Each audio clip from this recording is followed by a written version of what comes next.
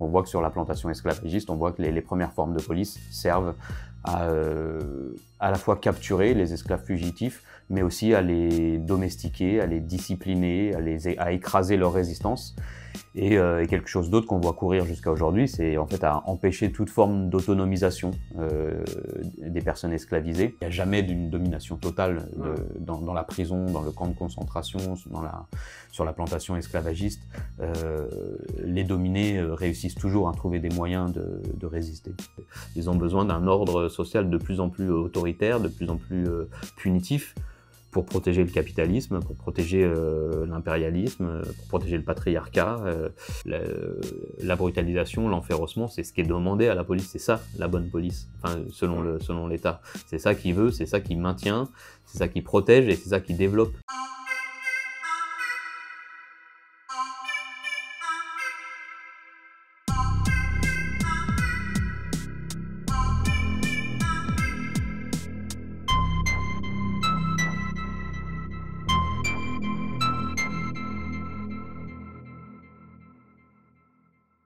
Mathieu Rigouste, salut.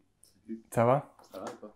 Ça va très bien. Merci beaucoup pour ta présence aujourd'hui sur Kawa TV.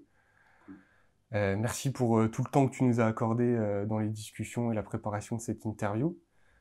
On est en contact depuis, je crois, le mois d'octobre dernier, puis il y a eu des contretemps, mais finalement on a réussi à se rencontrer. Alors, tu es chercheur indépendant en sciences sociales. Ça veut dire que tu t'appuies sur l'histoire, la sociologie, l'anthropologie, mais en dehors du cadre universitaire. Ton premier ouvrage, c'est L'ennemi intérieur, issu de ta thèse, qui a été publiée en 2009 à La Découverte. Tu es spécialiste de l'histoire coloniale et militaire de la France. Spécialiste aussi de la guerre d'Algérie, on en reparlera.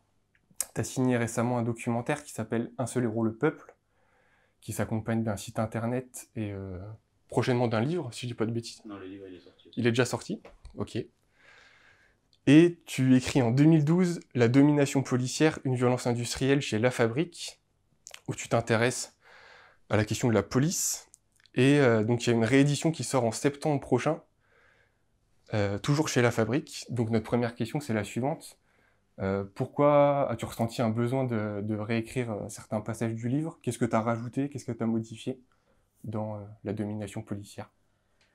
Du coup, moi, je fais de la recherche depuis les luttes sociales, dans l'idée de fabriquer des outils pour que, par nous-mêmes, on s'arme en termes de connaissances sur les systèmes de domination, d'exploitation, de voir comment ça fonctionne, et puis dans l'idée de les ruser, de les empêcher de fonctionner, de les saboter, de les défaire, de s'en débarrasser.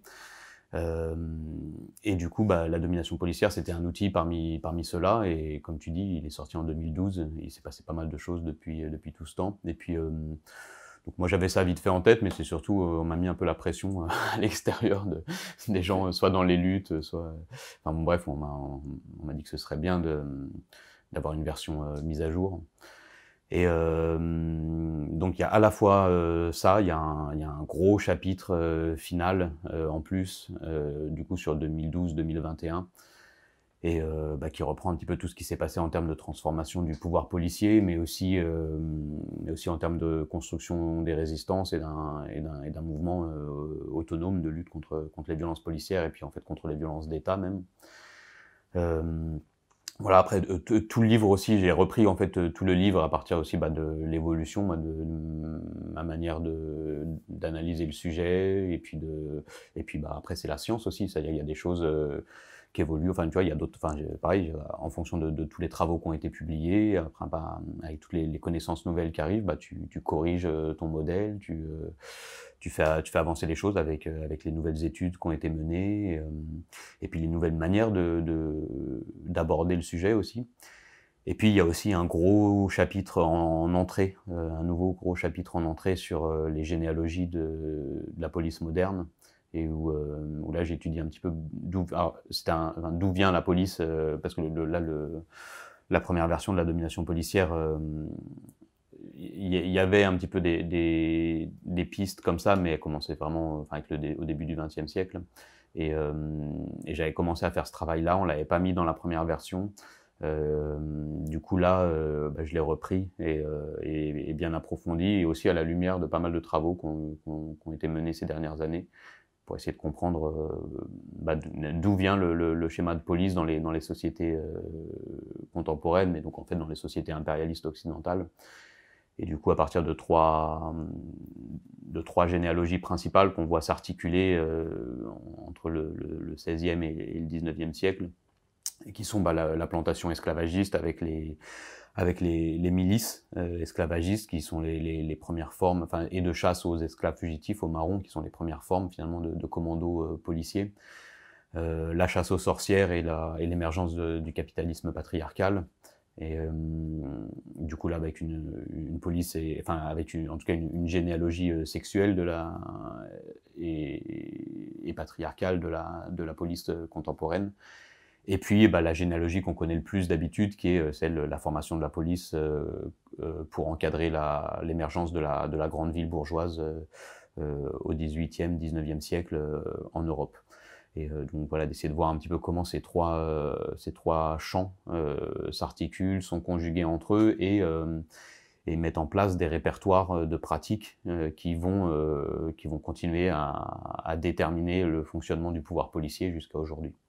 Ouais, ce que tu dis, c'est que finalement, la domination policière, elle a trois couches, raciale, bourgeoise et patriarcale, mais que ça forme un tout, en fait, que tout est interconnecté, c'est ça qui est intéressant.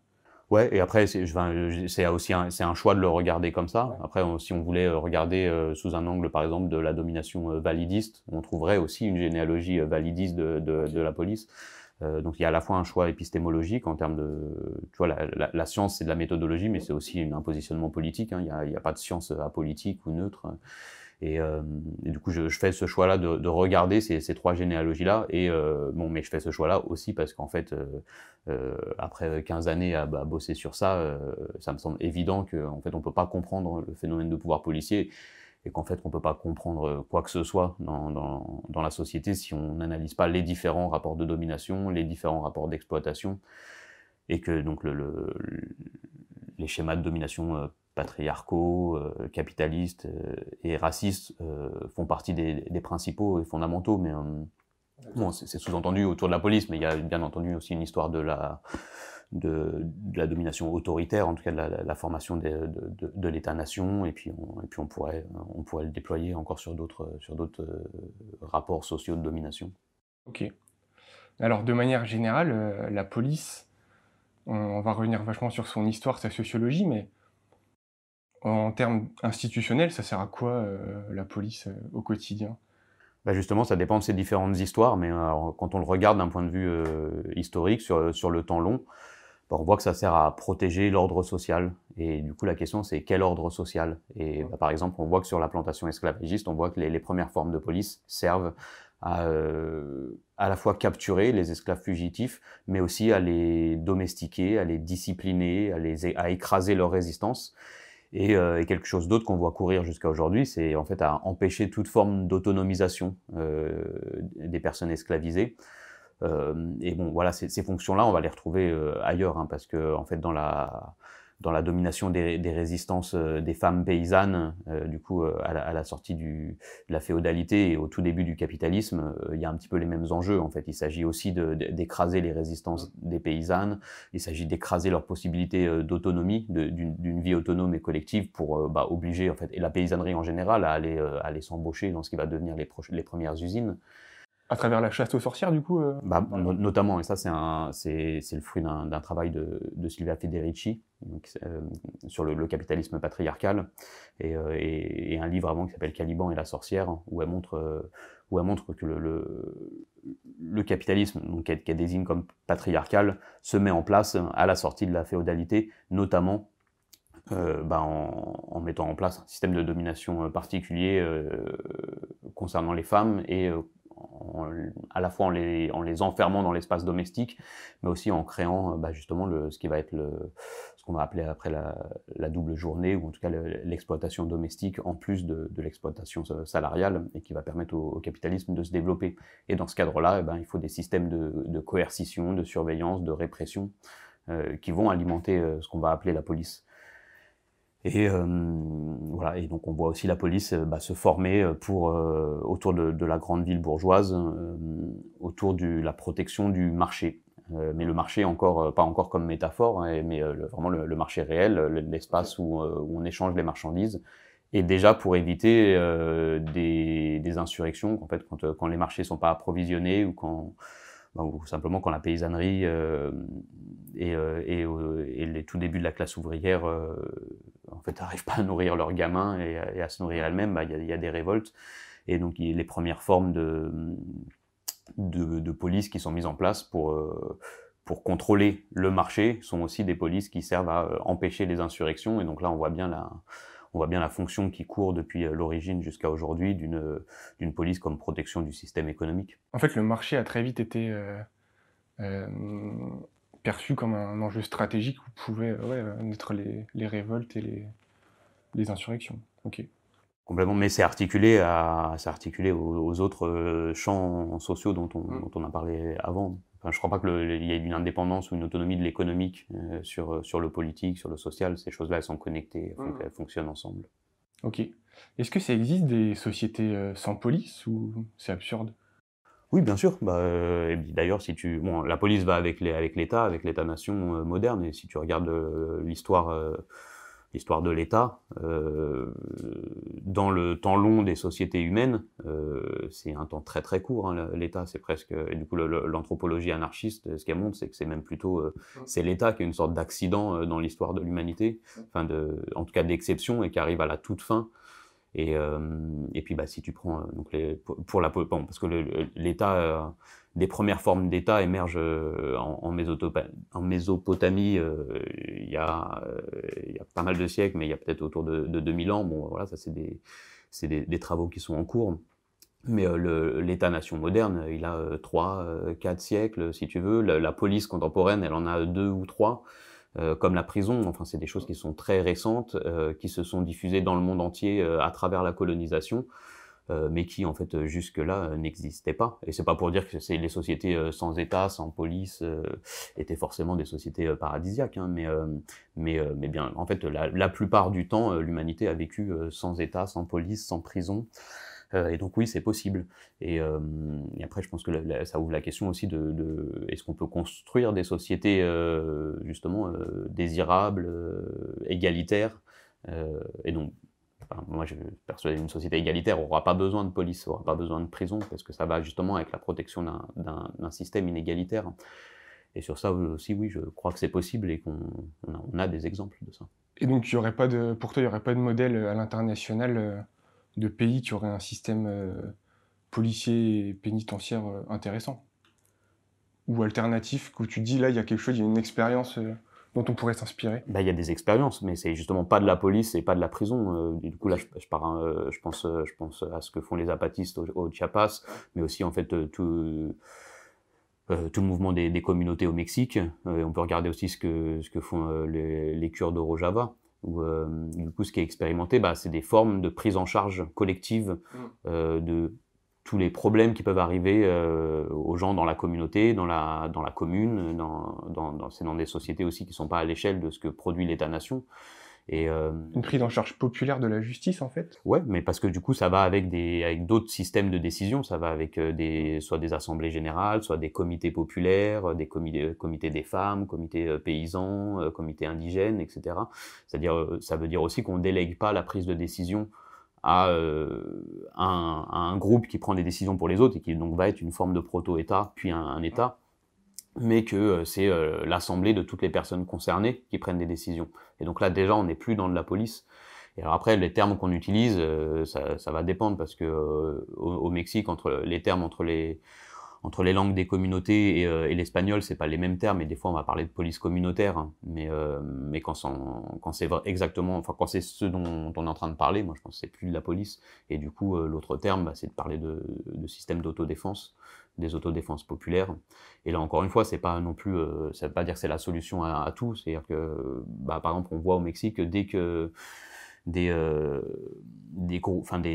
dispositifs d'autodéfense populaire sont plus connectés avec des formes d'autogestion de la commune, avec des conseils populaires, avec des assemblées indigènes, très rapidement, ça reprend des formes miliciennes et mafieuses, et puis qu'on voit ressurgir l'État par ces milices, quoi. Et donc, ça peut pas fonctionner en dehors d'une prise en charge, une prise en main collective de toute la société.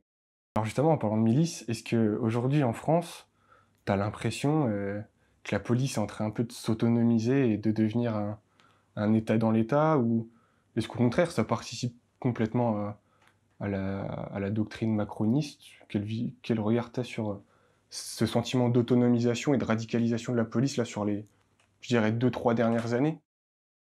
Ouais, le terme d'autonomie, il est compliqué, mais au moins on sait, enfin, je veux dire, on voit de quoi on parle, quoi. Mais bon, disons en sociologie, on va parler plutôt d'insularité des institutions pour dire qu'elles ont une forme d'autonomie, mais en même temps elles sont complètement connectées avec le reste de l'État, avec d'autres institutions. Il n'y a aucune institution qui est complètement indépendante et autonome des autres.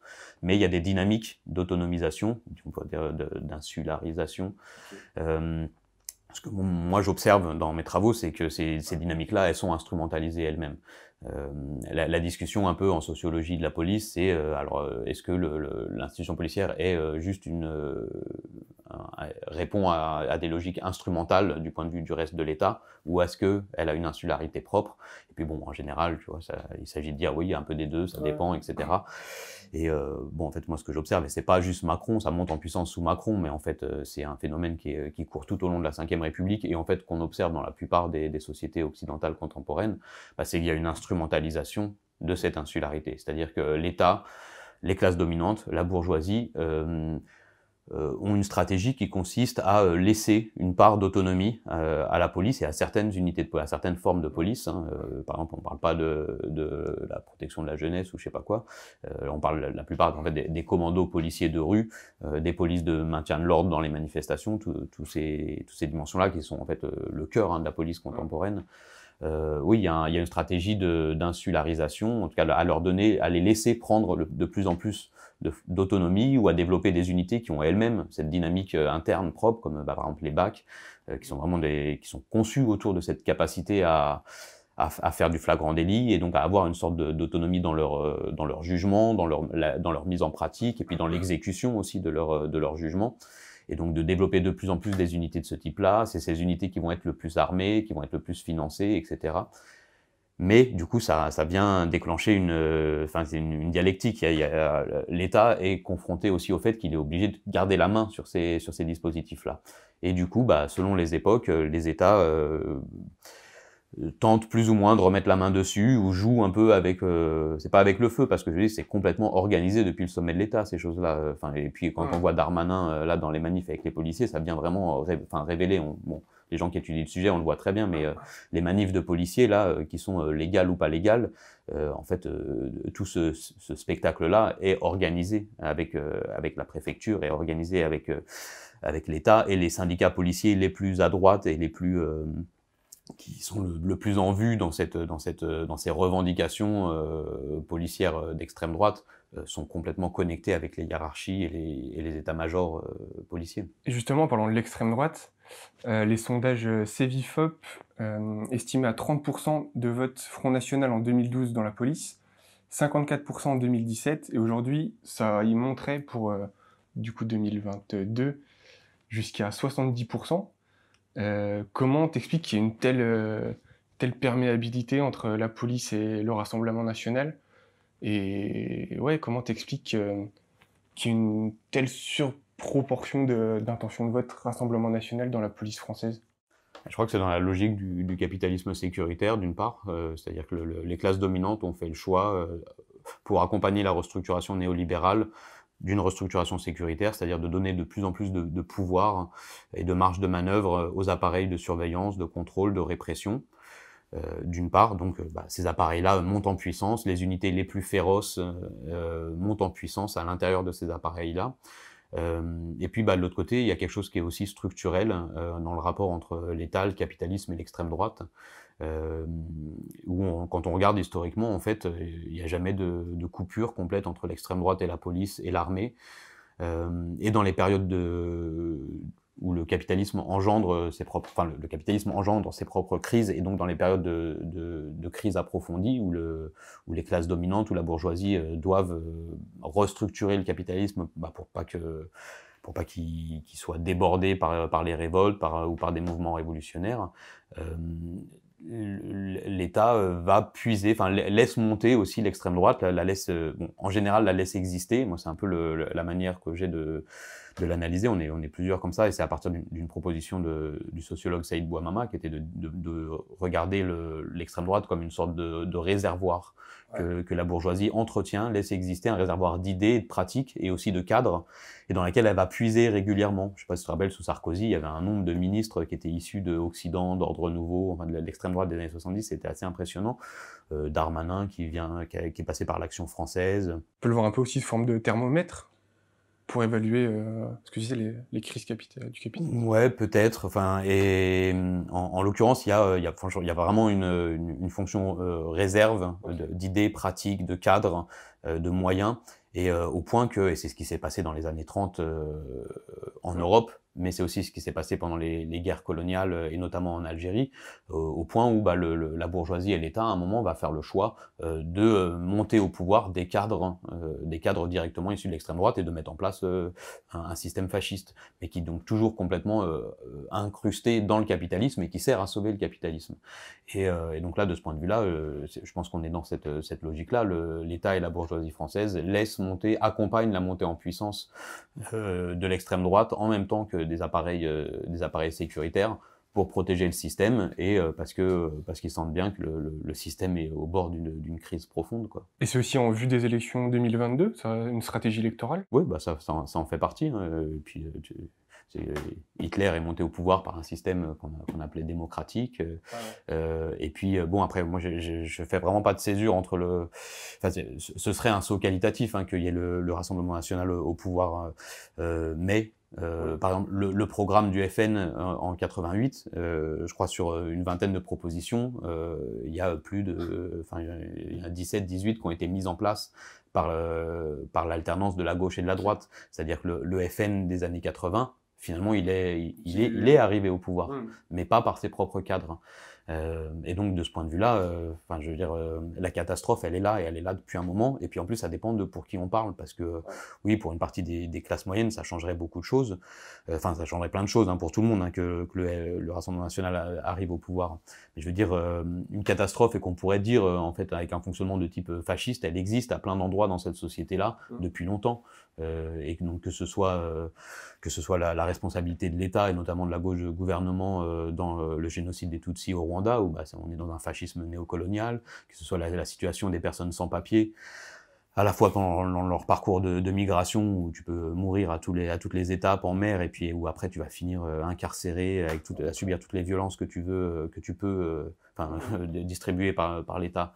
En France, que ce soit dans les quartiers populaires, dans les prisons, etc. Il y a des formes de vie écrasées au quotidien par le système, que je ne sais pas si ça a un intérêt de parler déjà de fascisme, tu vois, mais où en tout cas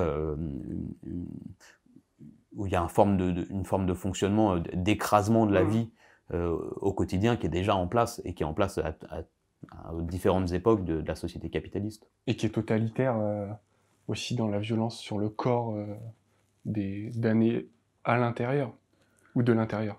Ouais, ça c'est des notions que j'ai développées dans la domination policière. Le jeu sur damner de l'intérieur et à l'intérieur, c'était pour dire aussi que vraiment il y a une différence de conditions, en fait, entre des prolétaires migrants qui viennent s'installer en France, et la génération de leurs enfants qui va être née ici, et qui donc subit une condition aussi de damné. Donc quand je disais de damné, c'est-à-dire à la fois soumise au capitalisme, au racisme, au patriarcat, et puis à la ségrégation. Et donc c'était pas les mêmes conditions. Donc tu vois, qu'on soit damné de l'intérieur à l'intérieur, ou damné de la terre à l'extérieur. Voilà, en tout cas, il y a toute une partie de la société française et des sociétés capitalistes contemporaines qui vivent déjà des systèmes d'oppression. Bon, tu dis totalitaire, le terme aussi, un peu, je pense qu'il est problématique sur d'autres trucs, parce qu'en fait, je pense qu'il est cohérent dans le sens où il nous montre une prétention du système à dominer totalement la société et les classes sociales, les groupes sociaux dont on parle.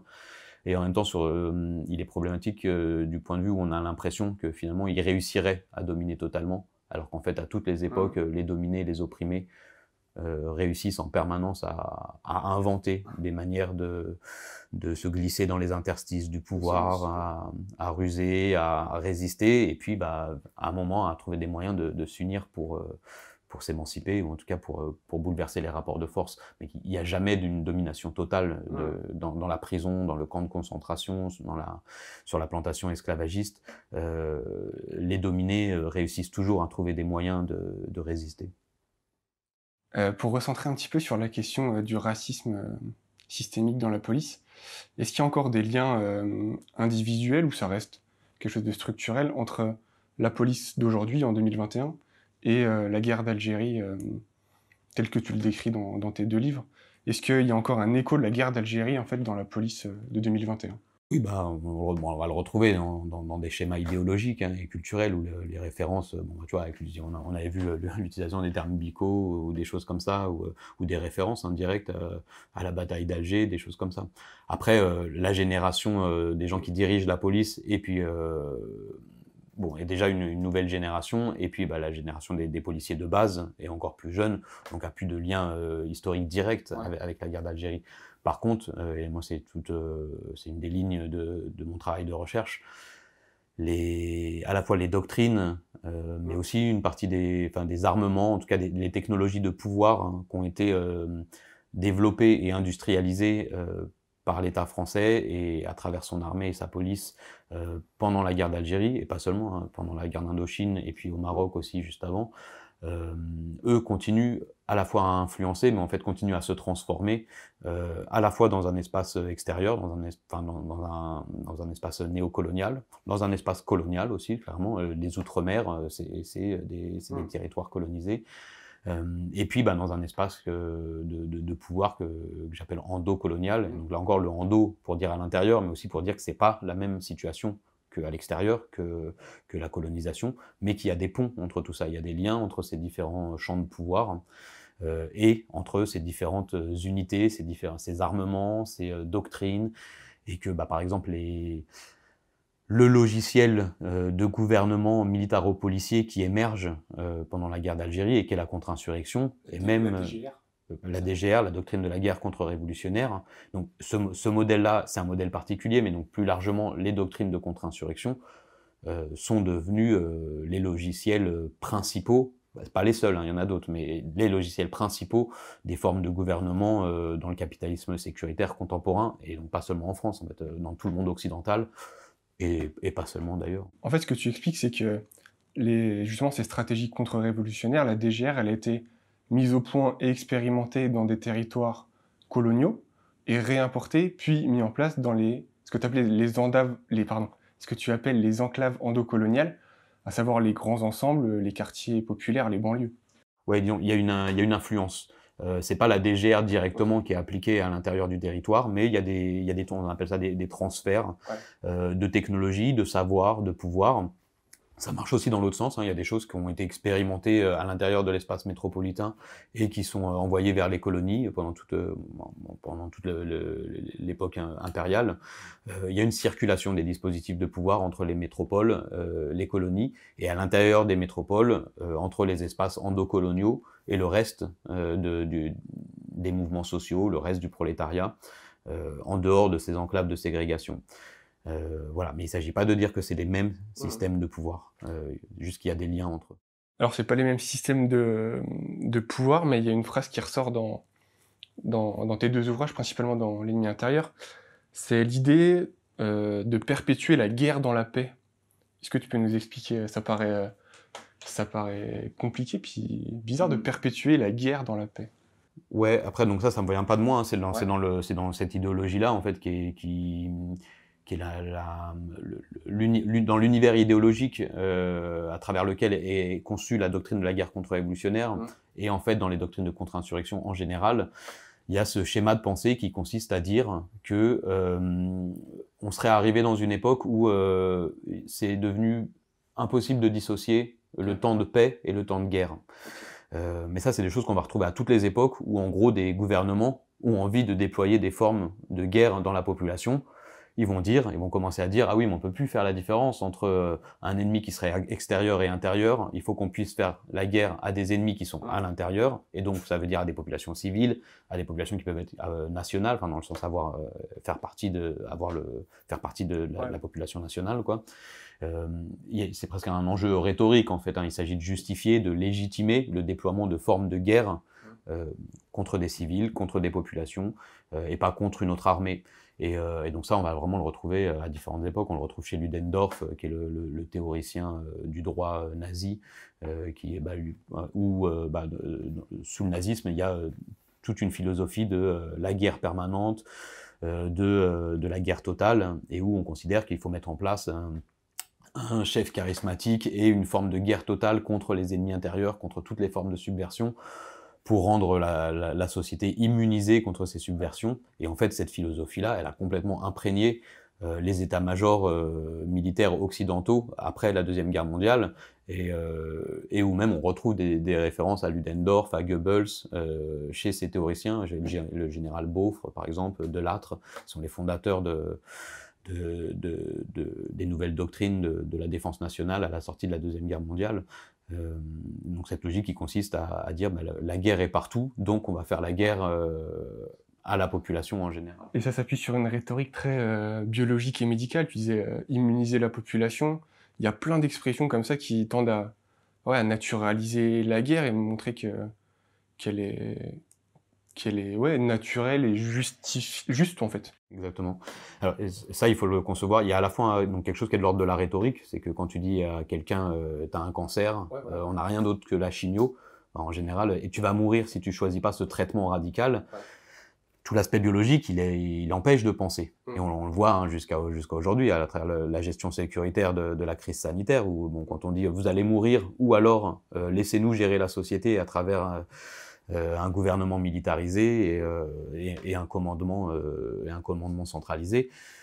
Bon, quand on dit il n'y a pas d'autre solution que ça où tu vas mourir, tu peux plus réfléchir. Et c'est ça l'enjeu rhétorique de tout ça. C'est quand tu fais fusionner le politique et le biologique, on arrête de penser. Le nazisme avait fait ça complètement, mais c'est pas juste le nazisme. En fait, quand tu regardes, c'est un des piliers de la philosophie politique bourgeoise moderne. C'est Hobbes. C'est un appel à la peur, en fait. Oui, aussi, mais je reviens sur, Hobbes, tu vois, qui est un des philosophes, disons, principaux de la pensée politique bourgeoise contemporaine. Présente la société comme du coup si on mettait pas en place une sorte d'état immunisateur, d'état médical qui viendrait on serait dans une société de la guerre de tous contre tous, ça donc qu'il invente hein, parce ça n'existe pas. Et puis la guerre de tous contre tous, c'est plutôt la société capitaliste contemporaine. Et donc lui déjà produit cette image là du Léviathan du coup qui serait composé, qui serait un corps hein, et donc l'État serait sa tête, la nation existerait déjà en tant que telle, ce serait un corps. L'État serait sa tête, l'armée serait son bras armé, et puis du coup tu vas pas remettre en cause le fait d'avoir un État et une armée puisqu'ils sont là pour protéger le corps national, et puis tu vas pas remettre en cause le fait d'avoir des frontières et une définition nationale de la société puisque ce serait biologique. Et donc cette chose-là, c'est pas juste c'est pas juste le nazisme qui met ça en place, c'est pas juste l'extrême droite coloniale en France, c'est vraiment quelque chose c'est une philosophie politique qui traverse toute la modernité occidentale. Allez donc dire à ces messieurs les censeurs que lorsqu'on nous attaque, c'est 100 fois plus violent qu'on renvoie l'ascenseur. Sur ceux, ils rêvent de démantèlement pendant que je rêve de comprendre pourquoi les coups soi-disant partis accidentellement tuent tellement. Rien de plus dur qu'être une caïra. J'ai le profil type du type qui canne d'une balle dans le crâne dans un obscur commissariat. En parlant de philosophes, il y en a deux qui t'inspirent beaucoup dans tes travaux. Bon, parmi d'autres, hein, mais c'est Michel Foucault et Frantz Fanon. Est-ce que tu peux nous en dire un mot? Qu'est-ce qu'ils t'ont apporté dans ta réflexion? Sur quelles notions tu t'appuies? Est-ce que tu les as peut-être même dépassés, critiqués? Je sais pas. Quel rapport t'as? Non, mais je veux dire, je l'ai pas dépassé. J'ai l'impression il faut piocher partout où on trouve des choses intéressantes. Après, il y a un enjeu à ce que ce soit cohérent, tu vois, parce que tu crées ton analyse en référence à des cadres théoriques. Il faut que ces cadres théoriques ils soient cohérents entre eux, ils puissent fonctionner entre eux. Donc là, forcément, tu vas puiser des choses à différents endroits. Et donc, je vais pas puiser des choses que chez Foucault et chez Fanon. Effectivement, Fanon est fondamental. moi pour mon travail sur le colonialisme, mais en fait aussi sur la question du corps, et puis même sur un parcours personnel, en fait, sur le fait que de pas dissocier la recherche de l'engagement politique, et puis de l'intervention dans la société, et puis de la lutte, quoi, et puis même du soin, en fait, c'est encore une autre question. Voilà, et chez Foucault, il y a plein de choses qui m'intéressent sur son appareillage théorique, les questions de dispositifs, de technologie, de pouvoir, de savoir.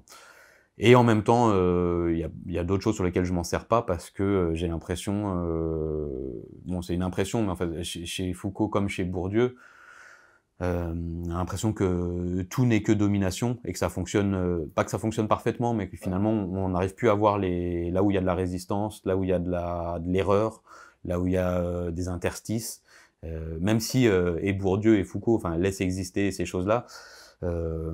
J'ai aussi besoin absolument de Marx, par exemple, et puis d'autres théoriciens, théoriciennes, comme par exemple, je trouve qu'Angela Davis est une des premières à avoir réussi à vraiment articuler une analyse classe, race, genre, et ce qui est fondamental, alors que bon, pour le coup, chez Fanon, Foucault, Marx, la question du patriarcat et de la domination sexiste, sexuelle, elle est quand même assez marginale.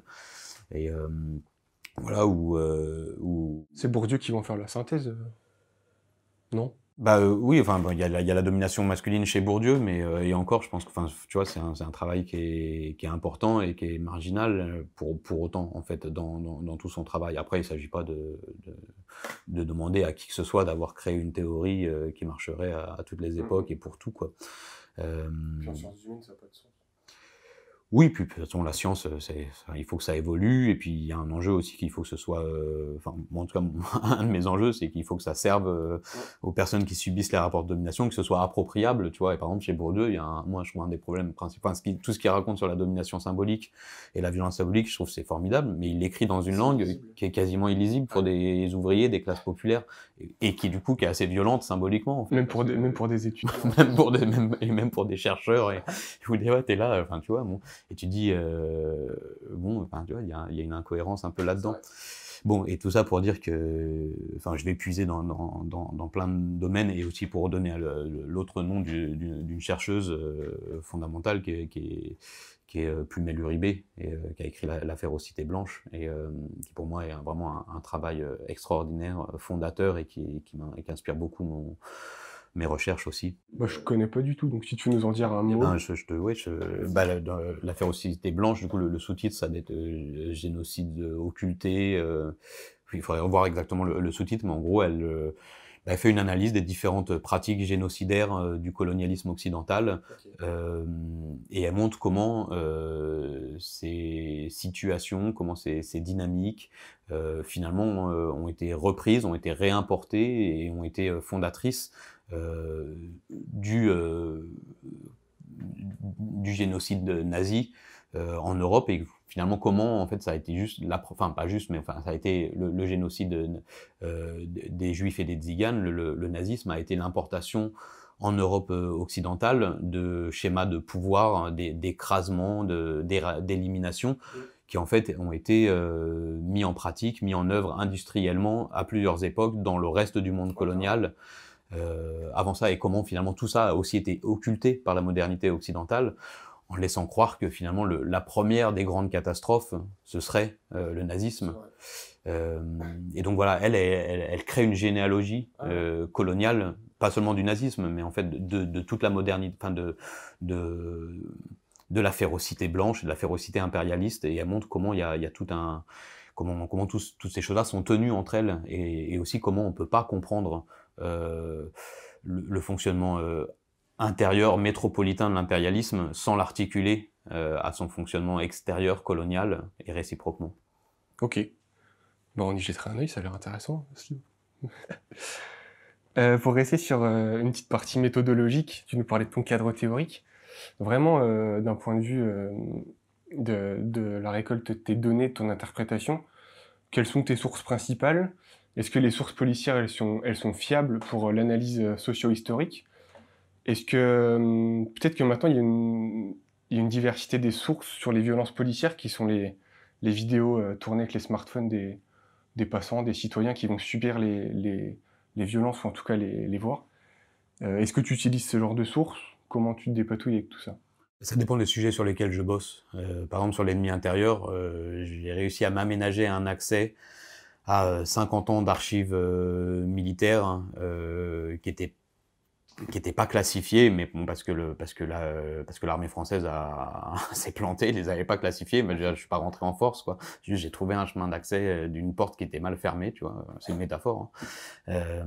Et donc, pour l'ennemi intérieur, j'ai principalement travaillé à partir de ces archives parce qu'il y avait un fonds gigantesque avec énormément de connaissances à l'intérieur et qui remontait jusqu'à 2005. Enfin, d'avoir des archives militaires jusqu'à l'époque où tu travailles, enfin, ça arrive jamais, quoi. Et bon, voilà. Après, il y a un secret défense, normalement, sur ce genre d'archives? Ouais, enfin, bah, justement, c'était flou. En fait, eux-mêmes savaient pas que ces archives-là auraient dû être classifiées, mais ils les avaient pas classifiées. C'est-à-dire, je veux dire,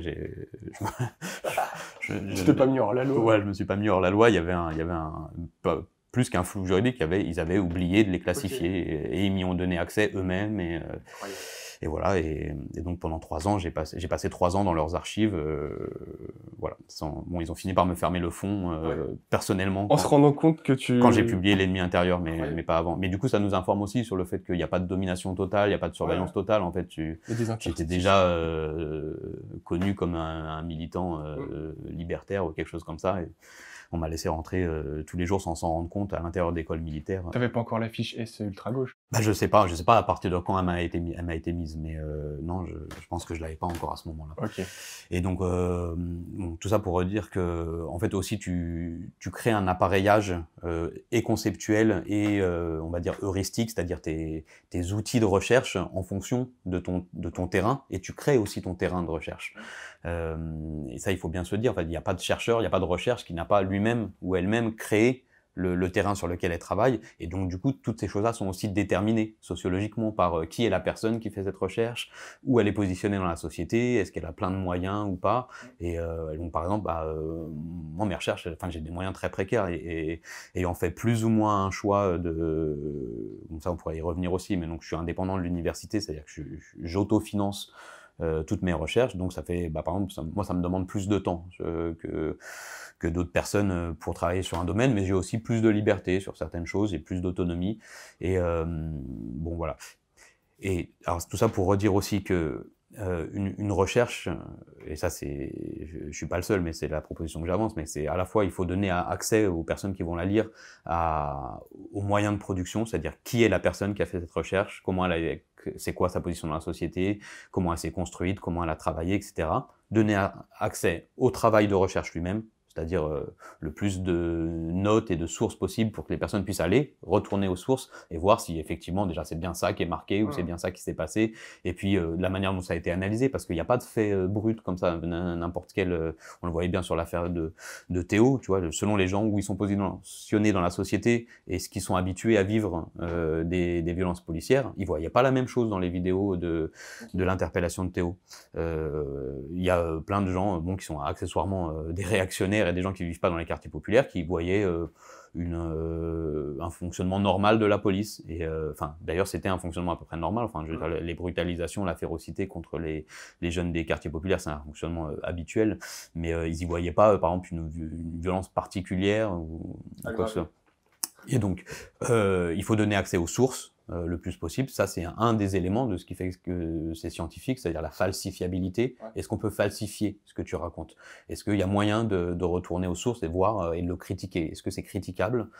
Et puis, donc, il y a qui est la personne et comment elle a travaillé, son travail et la possibilité de le critiquer, et puis le cadre théorique. Et donc, donner accès à ce cadre théorique-là, parce que, en fait, c'est pour revenir sur, tu disais, est-ce que des sources sont fiables? En fait, il n'y a aucune source qui est fiable par elle-même. Il s'agit d'avoir des méthodes d'enquête, des pratiques d'enquête qui sont cohérentes, qui sont rigoureuses, qui sont critiquables, et puis qui s'inscrivent dans un cadre théorique aussi qu'on puisse questionner, c'est-à-dire d'y donner accès. Et parce qu'il y a effectivement des chercheurs qui n'ont pas véritablement un cadre théorique, ou alors quand ils disent qu'ils sont dans la neutralité, dans la distance, etc., en fait, ils cachent le fait qu'ils sont dans un cadre théorique libéral ou néoclassique, tu vois. Et donc, en le cachant, en fait, ils font semblant d'être neutres, mais il n'y a pas de neutralité dans un système inégalitaire. Tu es d'un côté ou de l'autre. Et quand tu fais semblant d'être neutre, tu es du côté des dominants tout le temps. Donc voilà, donc il s'agit d'assumer ce cadre théorique, puis d'y donner accès aussi, d'une pour que les gens se forment, mais puis et pour aussi qu'ils puissent le critiquer, et pouvoir dire, bah là, par exemple, tu utilises tel concept, mais il marche pas tellement avec tel appareillage dans telle théorie, etc.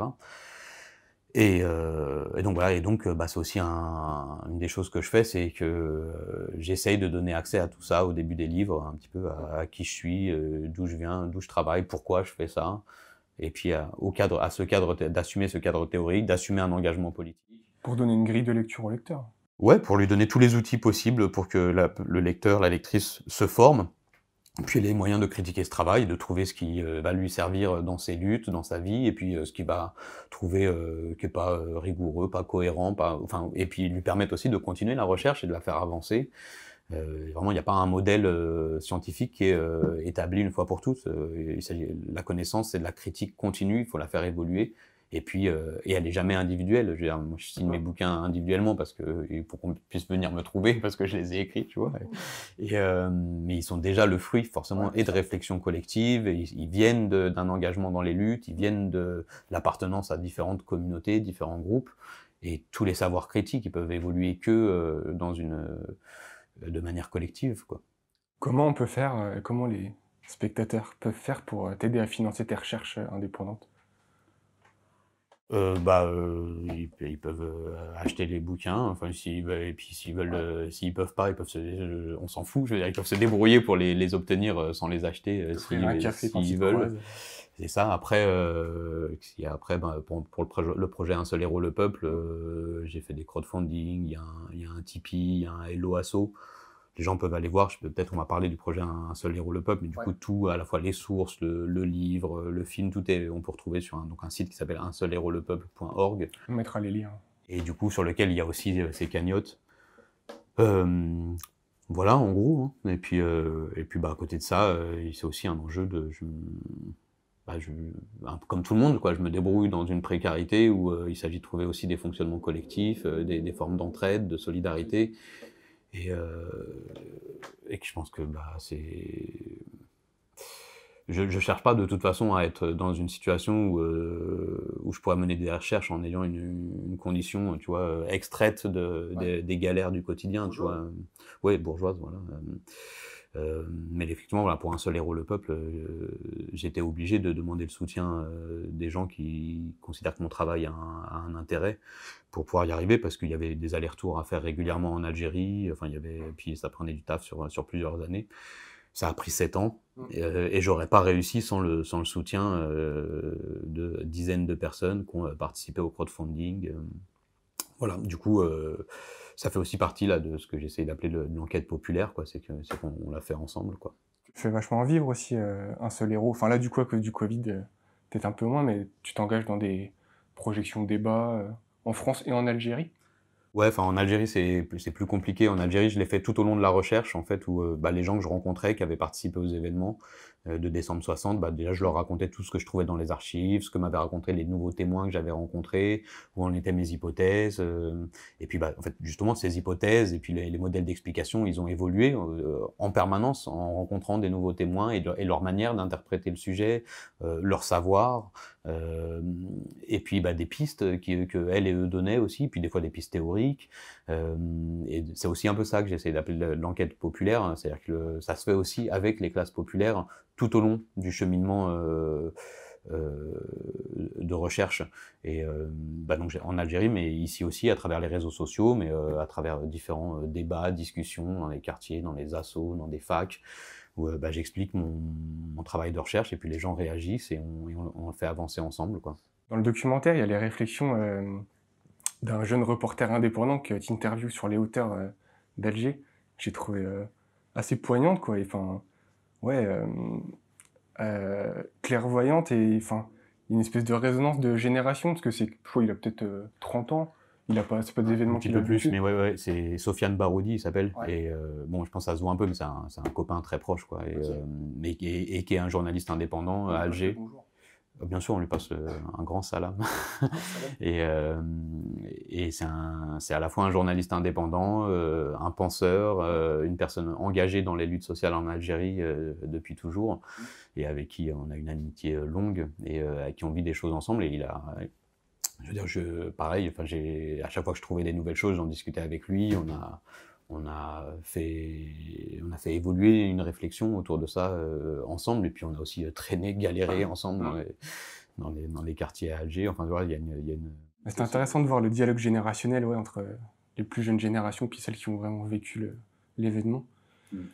Et bon, on peut faire une digression là-dessus, mais est-ce que les jeunes générations, elles ont retrouvé dans les révoltes algériennes ces dernières années ce que les plus anciennes générations ont retrouvé en décembre 60? Il y a des parallèles à faire ou pas trop? Bah, en tout cas, pour les gens qui connaissent les deux, enfin, soit comme ma génération qui a travaillé sur les deux, mais pour les anciens qui ont vécu les soulèvements de décembre 60 et le Hirak, aujourd'hui, c'est plus que des ponts. Enfin, on a vraiment l'impression de la reprise d'un mouvement qui avait été arrêté après 62 et qui reprend les mêmes formes, en fait, cette forme de corps commun, et puis une présence de toutes les strates des classes populaires dans les rues, les anciens, les jeunes, les femmes, les ouvriers, la présence des youyous, enfin de toute une série de pratiques, de performances corporelles qui consistent à se réapproprier le territoire, à se réapproprier la société, et qu'on voit à la fois dans les soulèvements de décembre 60 et dans le mouvement de février, enfin qui commence en février 2019 et qui est toujours en cours et qui est toujours fort, où on voit des résonances, mais une sorte de continuité, quoi. C'est ça qui est intéressant aussi, j'ai trouvé, qu'on voit très peu, en fait, qui est très peu étudié dans ton documentaire, c'est la mystique, comment dire, pas de la possession, mais de la transe à travers le corps, et le corps en révolution. Tu peux nous en dire un mot? Ouais. Comment t'es arrivé là-dessus? Je suis arrivé là-dessus, alors à la fois parce que ça m'intéresse, bon, la question du corps et puis la question de la transe, comme transformation du corps, de la psyché, de la réalité, du sensoriel, et puis de la réalité, sa réalité corporelle, et puis enfin, et que ça fait le lien aussi entre la question d'une révolution sociale et puis d'une révolution intérieure, ou en tout cas, enfin, des liens entre ces choses-là. Donc ça, c'est des choses bon, tu vois, auxquelles je m'intéresse depuis longtemps, et notamment, enfin, tu vois, sur la critique antipsychiatrique, des choses comme ça, et qui là, en fait, sont apparues évidentes dans la recherche parce que les témoins et les participants de l'époque en parlaient, en fait, quand on discutait ensemble de comment vous avez fait pour face à la peur, comment vous avez fait pour vous maintenir dans la rue face aux violences des colons, face aux violences de la police, face aux violences des militaires, à l'ouverture du feu. Enfin, ça a été un massacre d'État aussi, décembre 60. Hein. Il y a au moins 260 morts, et c'est sans doute pas mal plus. Un arabicide. Oui, là, j'utilise pas ce terme-là dans Un seul héros le peuple, parce que c'est plutôt un des termes qui était utilisé pour les assassinats d'Arabes en France, en métropole. Mais, puis qu'en plus, enfin, tu vois, le terme arabe, il a un sens ici. En Algérie, il a un autre sens parce que il y a toute une partie des classes populaires qui vont se considérer berbères, tamazirs, et se différencier de ce qu'elles vont appeler, elles, arabes. Enfin, tu vois. Et mais en tout cas, il y a eu un massacre d'État à l'encontre des colonisés. Et du coup, quand on discutait avec les témoins, avec les participantes de l'époque, en général, les personnes, enfin en général, c'est quasiment toutes, elles parlaient d'un état d'ivresse, de délire, de transe. Collective. Et aussi individuelle. Les youyous y participaient, mais pas seulement, quoi. Et donc, on a interrogé ce truc-là à partir de différentes pratiques, des pratiques de transe traditionnelles en Algérie, mais aussi la réflexion, enfin les analyses de la théorie critique et des années 70, plutôt dans le monde occidental, justement sur la question, pareil, de la transe et des états modifiés de conscience. Et encore une fois, en repartant aussi des travaux de Fanon, parce que Frantz Fanon parle déjà de ça dans différents de ses ouvrages, et où il explique que les colonisés finalement explosent face à l'ordre colonial, d'une parce que l'ordre colonial a fermé toute autre issue, mais aussi parce que la violence coloniale s'intègre dans les muscles, dans la psyché, comme une force d'occupation, une occupation du corps, hein, et de l'inconscient, Le biopouvoir. et de l'imaginaire. Et alors, il dit pas le biopouvoir, mais c'est aussi déjà ça. C'est dans l'idée. Et que dans les pratiques, alors Fanon, lui, il le pose pas comme une perspective de lutte, mais juste il observe que les opprimés, les colonisés, dans leur pratique de danse traditionnelle, dans leur pratique de trance, trouvent des moyens de déposer une partie de cette violence coloniale pour survivre, en fait, quoi. Comme quand ils rêvent, et que les colonisés rêvent en permanence de se sauver, de s'échapper, de s'envoler, de se libérer. Ils constatent ça. Et là, on va un peu plus loin, en fait, en se disant que, en fait, il y a dans la danse, dans la trance, et dans toutes ces pratiques de transformation aussi de la psyché, qu'il y a des formes de résistance, des formes de lutte, et puis des pistes d'émancipation, et du coup, un petit peu la piste aussi de réflexion sous-entendue derrière tout ça, c'est aussi on bouleversera pas tout ça, on créera pas une transformation générale de la société sans aussi mettre en place des pratiques de transformation de soi, de transformation collective des corps. La justice n'est pas la même entre François et Kader. Je porte plainte, je suis pas votre bouc émissaire, juste un émissaire venu vous contrecarrer, car vos amis ne discernent plus l'école d'une maison d'arrêt. Et messieurs, la répression n'est pas une solution. Oui, tellement précaires sont vos conditions de détention, et tant d'humiliation, vos JAV foutent la frousse.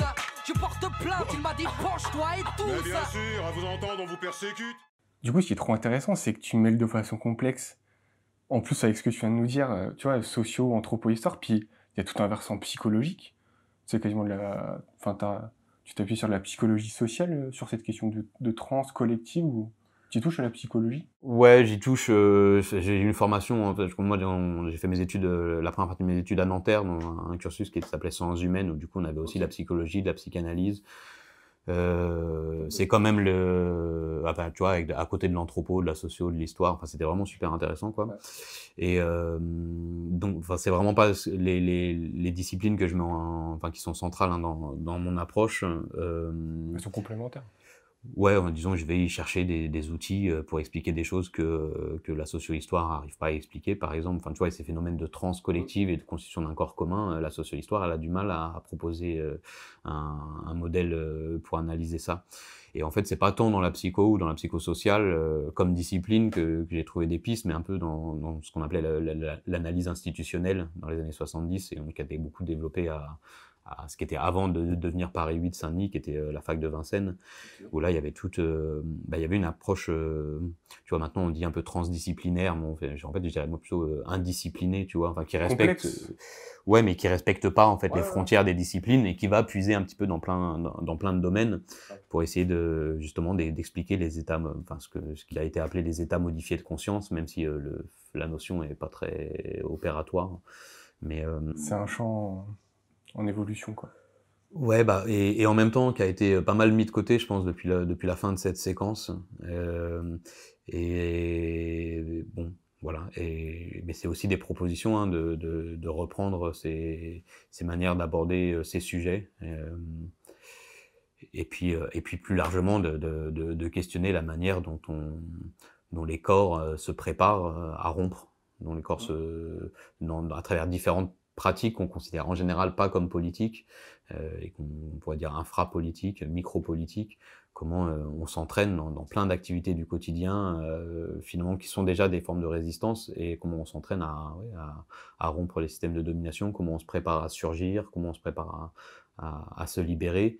Et parce que c'est un peu la question centrale aussi du travail sur un seul héros, le peuple, c'est de dire, c'est d'essayer de voir ce soulèvement général du prolétariat colonisé, et qui réussit, qui bouleverse l'ordre colonial. Il tombe pas du ciel à ce moment-là. Il est effectivement, c'est un des fruits de cette enquête, il est pas préparé par les organisations politico-militaires, par le FLN et la LN qui se sont fait massacrer par la contre-insurrection. Très spontané. Mais spontané dans le sens auto-organisé, mais pas spontané dans le sens que ça tomberait comme ça d'on ne sait où. Et en fait, il s'agit de voir que ce soulèvement et les processus révolutionnaires en général, ils s'inscrivent dans un temps long, et qu'il y a un temps où il faut voir qu'il y a dans des résistances populaires, et qui existe à différents niveaux, qui existe dans la communauté, qui existe dans le quartier, qui existe dans les luttes des femmes. Enfin, j'insiste dessus parce qu'en fait, elles sont tout le temps invisibilisées, donc c'est aussi pour ça que des fois, enfin, régulièrement, les sciences sociales s'étonnent. Ah ouais, les femmes étaient là à cet endroit-là. Et là, bah oui, parce qu'en fait, en permanence, elles sont dans les résistances populaires et leur participation y est en permanence invisibilisée. Et donc elles, comme bon voilà, il y a eu une résistance populaire à la colonisation depuis le début de la colonisation, dans lesquelles les femmes ont joué un rôle central depuis le début. Et donc c'est pas du tout un hasard si elles ont encore un rôle fondamental pendant toute la révolution algérienne et pendant ces soulèvements de décembre 60 et dans cette construction d'un corps commun, parce que c'est aussi ça l'enjeu de comprendre, c'est que c'est ce corps commun, c'est cette masse unifiée qui permet de déborder la contre-insurrection et de bouleverser l'ordre colonial, qui fait que les gens ne se font plus diviser et que même face à l'ouverture du feu, finalement réussissent à se maintenir dans les rues, dans les quartiers interdits, et à commencer à se réapproprier le territoire et la société. C'est parce que les classes populaires ont réussi à ce moment-là à constituer une sorte de corps commun. Ouais. À développer une conscience de classe suffisamment importante pour faire bloc. Ouais. C'est un peu la goutte d'eau qui fait déborder le vase. Bah, tu vois, dans le documentaire, c'est des métaphores qui reviennent régulièrement, cette goutte d'eau, mais aussi la métaphore du fleuve, de la vague. La vague humaine, t'as raison. Et bon, et puis tu vois, la métaphore, c'est le concept qui fait un peu les liens entre toutes ces manières en sciences sociales d'aborder la transe, d'aborder la manière dont les imaginaires deviennent réalité. C'est la métaphore qui permet de passer de l'imaginaire au réel.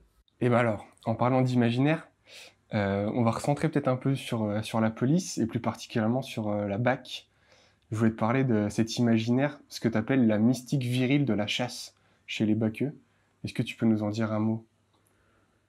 Et c'est à la fois quelque chose qui est très présent dans leur discours, que ce soit dans les entretiens que des sociologues ont fait avec eux. Moi, j'avais fait le choix pour la domination policière de pas faire d'entretien avec des policiers. Du coup, j'ai été en récupérer auprès d'autres gens qui avaient fait ce choix-là. Enfin, vraiment simplement parce que j'avais pas envie de passer du temps à devoir faire des entretiens avec des flics, quoi. Et que, comme je te le disais au début, on fait des choix dans la construction de son terrain. Il suffit de les assumer après. Et tu vois, par exemple, en histoire médiévale, tu vas pas aller faire des entretiens. Donc, tu construis ton terrain à partir de ce que tu as comme source, quoi. Quand il y a des archives militaires qui sont inaccessibles, bah, tu peux quand même travailler sur un sujet en contournant. Enfin bon, tu vois. Et donc là, j'ai trouvé d'autres moyens. Et en tout cas, c'est des choses qui sont très, qui sont récurrentes dans l'idéologie, dans les imaginaires des BACeux, où ils refusent un petit peu ils refusent l'image du cow-boy. Ils aiment pas. Enfin, ils sentent qu'ils sont attaqués quand ils savent. Par contre, ils assument complètement la figure du chasseur. Ils la trouvent légitime. Qui fait écho à ce que tu nous disais au tout début de l'interview sur la chasse au marron, la chasse aux sorcières. Exactement. Une résurrection de la chasse. Alors, qui sont les proies ? Bah, les proies, c'est les jeunes des classes populaires, des quartiers populaires. C'est les jeunes non blancs pauvres. Et plus qu'une résurrection, il y a une sorte il y a un fil continu, il y a une généalogie continue de la chasse à l'homme dans la modernité occidentale, dans les sociétés capitalistes, depuis l'esclavage jusqu'à aujourd'hui, où en fait on a des commandos armés, des miliciens, à toutes les époques qui pratiquent des formes de chasse à l'homme. Il y a un livre de Grégoire Chamaillou sur ça qui s'appelle Les chasses à l'homme, qui est vraiment très très intéressant, où il montre que on peut aussi faire une histoire du pouvoir contemporain, en suivant la manière dont les systèmes de domination ont mis en place des formes de chasse à l'homme. Et dans la chasse à l'homme, il y a toujours, finalement, c'est une institution de la société contemporaine qui permet de désigner qui sont les infra-humains, ceux qui seront chassés, et ceux qui ont... Qui sont les bêtes, quoi. Qui sont les bêtes, qui sont ceux qui ont accès aux droits et ceux qui sont mis à l'écart, etc. C'est fondamentalement raciste. Bien sûr, ça va avec l'institution raciste des sociétés contemporaines, et ça court jusqu'à la chasse aux sans-papiers aujourd'hui, et puis c'est connecté complètement avec la question de l'étranglement, de la strangulation, de l'étouffement. C'est quand on chasse quelqu'un, en général, c'est pour finir par le capturer, et la dynamique de chasse et de capture, elle finit par de la coercition et par en général des phénomènes de strangulation. Et donc la technologie d'étouffement, de pouvoir par étouffement, c'est quelque chose aussi qu'on retrouve aux différentes époques des sociétés contemporaines, depuis l'esclavage, à travers les colonisations, à travers la grande ville bourgeoise, et jusqu'à aujourd'hui, où en fait on voit que tous les corps qui sont désignés qui sont construits comme sacrifiables, se font régulièrement étrangler, étouffer. Et des fois étouffé par les mains d'un agent de police, mais des fois c'est simplement, enfin c'est plus largement une forme de pouvoir plus générale. On peut dire que les quartiers populaires se font étouffer par la logique sécuritaire, les prisons, enfin les prisonniers, les migrants, même tu vois, finalement d'une certaine manière les phénomènes de nasse, enfin les techniques de nasse policière, c'est une manière d'étouffer les mouvements sociaux, les empêcher de respirer. Confinement, étouffement un peu. Exactement. Okay. Tu écris aussi que la BAC, c'est une police proactive. Est-ce que tu peux nous expliquer ce que ça veut dire et pourquoi? Proactif, du coup, c'est un concept qui a été beaucoup développé par le néo-management et par les approches néolibérales en économie, mais pas seulement, qui naissent à la fin des années 60, au début des années 70, au début de la restructuration néolibérale. Et donc le terme proactif, on le retrouve aussi indirectement dans l'idéologie policière, enfin en tout cas dans le discours institutionnel policier, où enfin c'est reconnu, la BAC est proactive. Et donc proactif, ça veut dire qui met en place des moyens d'extension de son propre mécanisme, de son propre fonctionnement, les conditions de possibilité de son expansion. Et alors après, là... Et qui crée elle-même les conditions de sa légitimation, je crois. De sa légitimation, ouais, mais et puis de son fonctionnement et de l'extension de son fonctionnement.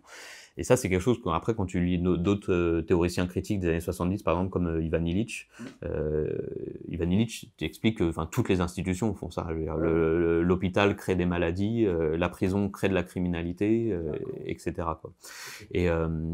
Et donc la BAC est organisée notamment, pas que, mais autour de cette dynamique-là, et qui est la recherche du flagrant délit, les unités, les prototypes des BAC, les BSN, les brigades de surveillance de nuit, qui sont conçues pour ce département, lui aussi laboratoire, le 93, au début des années 70. On leur demande de faire du flagrant délit, mais comme il y a déjà des unités qui font des flagrants délits dans la police avant, faire du flagrant délit, par exemple, ça veut dire suivre une proie, quelqu'un en tout cas qu'on considère comme étant susceptible de se livrer à un illégalisme. Donc racisé. Et en général, mais ça peut être aussi considéré comme classe populaire. Enfin, tu vois, genre de voir un pauvre à un endroit où il n'est pas censé être. Puis des fois, tu vois, ça va être, c'est pas seulement la couleur de peau, mais ça va être une capuche, une casquette, des Air Max, etc. Un habitus aussi, une manière de parler, de marcher, etc.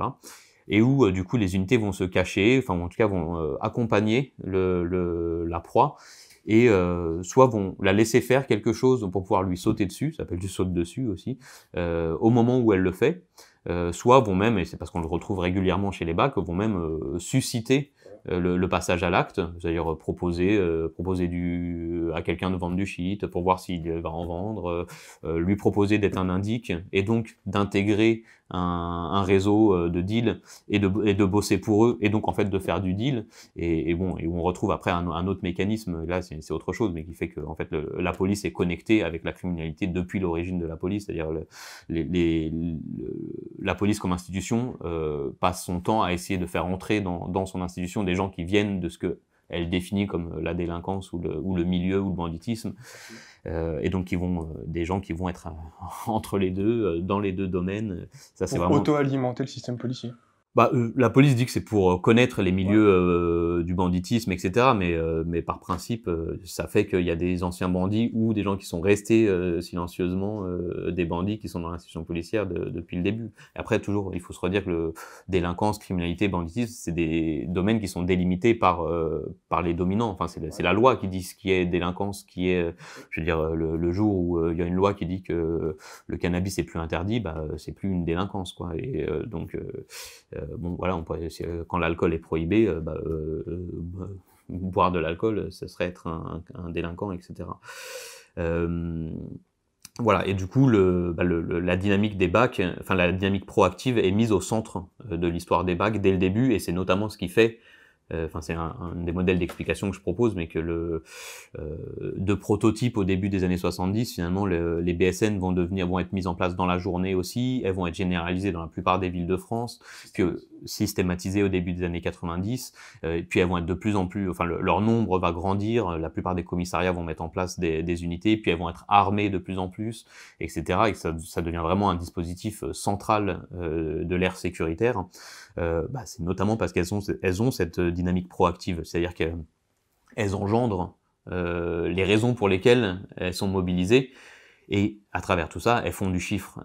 Et ce qui est intéressant pour un commissaire, pour un commissariat, c'est que justement, elles permettent elles produisent beaucoup de ce qu'ils appellent des MAD, des mises à disposition, et elles en produisent beaucoup, d'autant plus que les mises à disposition, donc une mise à disposition, c'est quand on amène une affaire à un officier de police judiciaire et qu'elle arrive jusqu'en justice, ça fait un bâton, et du coup c'est pour ça qu'on appelle ça aussi la bâtonnite, et que les MAD les plus faciles à faire, c'est celles sur les ILS et les ILE, sur les infractions à la législation sur les stupéfiants, c'est-à-dire attraper quelqu'un avec du shit, ou non, ou même quelqu'un qui a une barrette sur lui, et les ILE, les infractions à la législation sur le droit des étrangers, c'est-à-dire des personnes sans papier.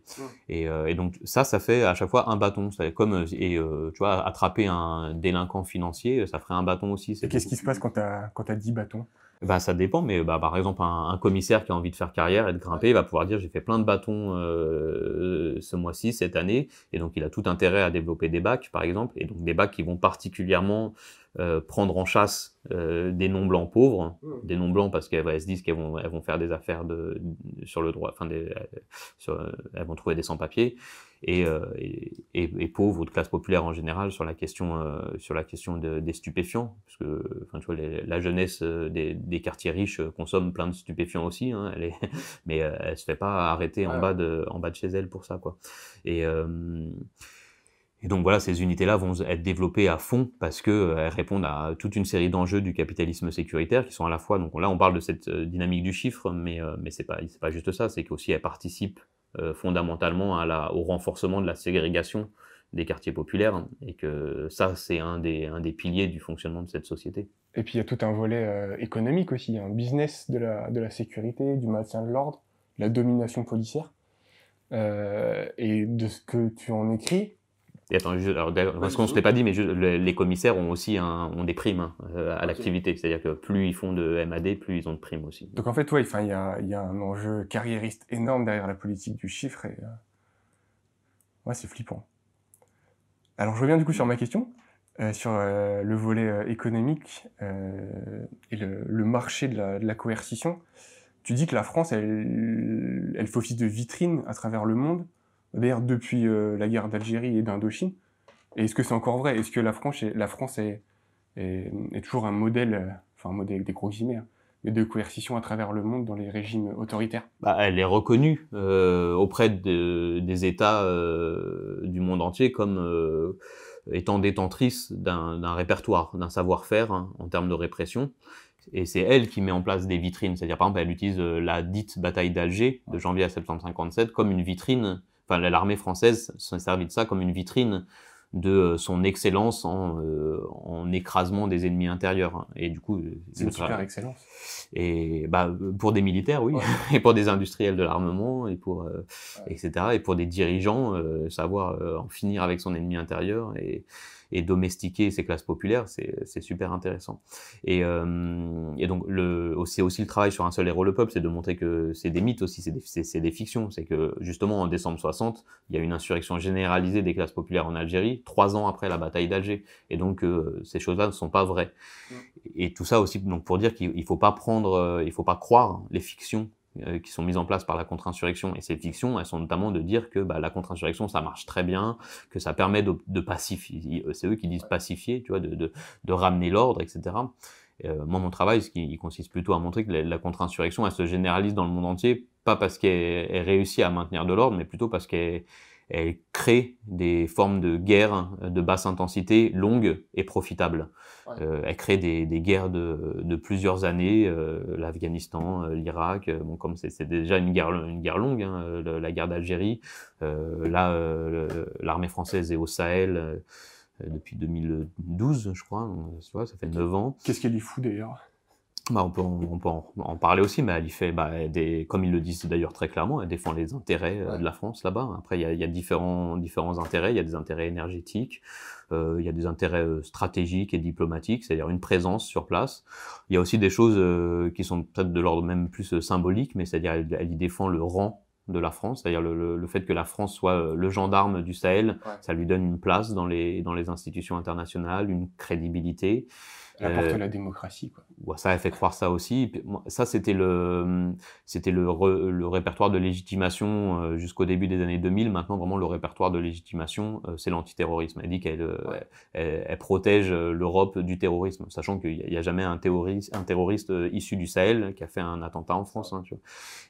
Et puis qu'elle s'en fout complètement des autres endroits. Enfin, tu vois, par exemple, le complexe militaro-industriel français est financé et collabore avec l'Arabie Saoudite depuis les années 70. Et donc la question de la participation ou non du régime saoudien au financement ou à des idéologies désignées comme terroristes, ça gêne pas du tout l'État français dans ce domaine-là. Et donc voilà, et une autre dimension de ce que fait l'armée française au Sahel et qui rejoint ta question, c'est qu'elle expérimente des armements et elle les met en vitrine. C'est-à-dire toute une série de nouveaux dispositifs militaires, des nouveaux chars, des avions, des drones, des caméras, des lunettes de vision nocturne, des équipements, etc. sont testés là-bas. Et en plus d'être testés, ils sont mis en vitrine. C'est-à-dire, ça permet de montrer à l'ensemble des États... regardez, on a avec nos Rafales, on est capable de bombarder une cible précise, on est capable de frappe chirurgicale. Voilà, bon par exemple, mais de mettre en scène tous ces armements qui sont tout autant de marchés et que la France après va vendre, que l'État et le complexe militaro-industriel français vont tenter de vendre par la suite, quoi. Forcément, nous harcelons constamment. La panique se monte face à la police, se dressent les jeunes du ghetto. Pendant les révoltes à Hong Kong, il y a plusieurs mois, je crois que le gouvernement chinois avait fait un espèce de clip contre-insurrectionnel de propagande dans lequel ils intégraient des images des flics face aux gilets jaunes, place de l'Étoile, tout ça. Mm-hmm. Ça y participe aussi. Il y a une guerre de l'image un peu. Bien sûr, en tout cas l'image est fondamentale dans toute cette histoire-là, et notamment pour les régimes qui utilisent une légitimation démocratique, c'est-à-dire qui tentent de se faire passer pour ce qu'ils appellent démocratique dans le reste du monde. Et il s'agit de réduire l'utilisation de la mort contre sa propre population. Il s'agit de dire, regardez, on est capable de maîtriser des révoltes, des mouvements sociaux en évitant de tuer.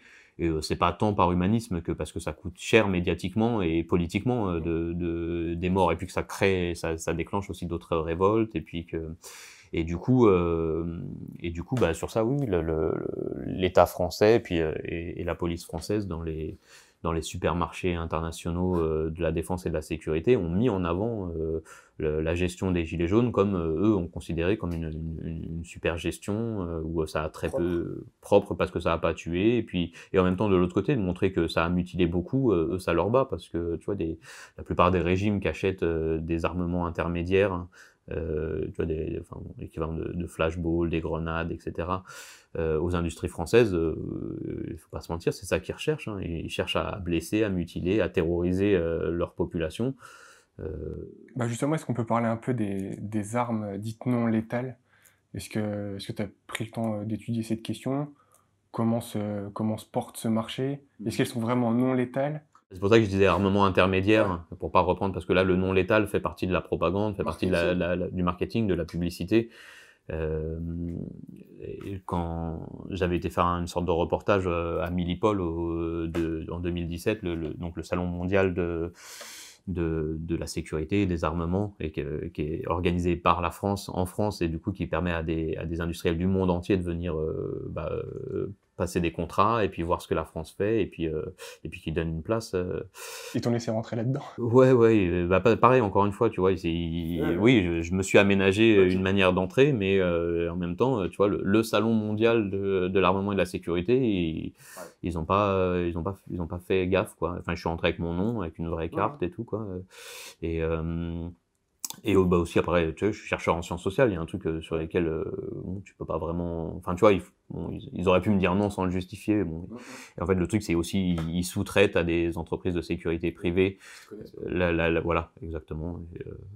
Et puis, enfin, tu vois, c'est comme tout le néolibéralisme aussi, ils font le plus rapide avec le moindre coût. Donc il y a plein de failles dans tout ça. Et voilà. Et du coup, bah par exemple, j'avais été faire enfin tu vois, j'avais été discuter le plus possible avec tous les vendeurs d'armes et machin dans tous les salons possibles. Et il y avait Vernet Caron qui fait le flashball et à ce moment-là, ils venaient de sortir des nouvelles plaquettes super bien faites, machin, et avec leur concept, ils disaient moins létal. C'est des armements moins létaux, tu vois, parce qu'ils avaient capté que enfin, tu vois, pour qu'on soit moins mort. Voilà, c'est ça. Enfin, en tout cas, c'était une nouvelle manière de dire, enfin, tu vois, de proposer un concept.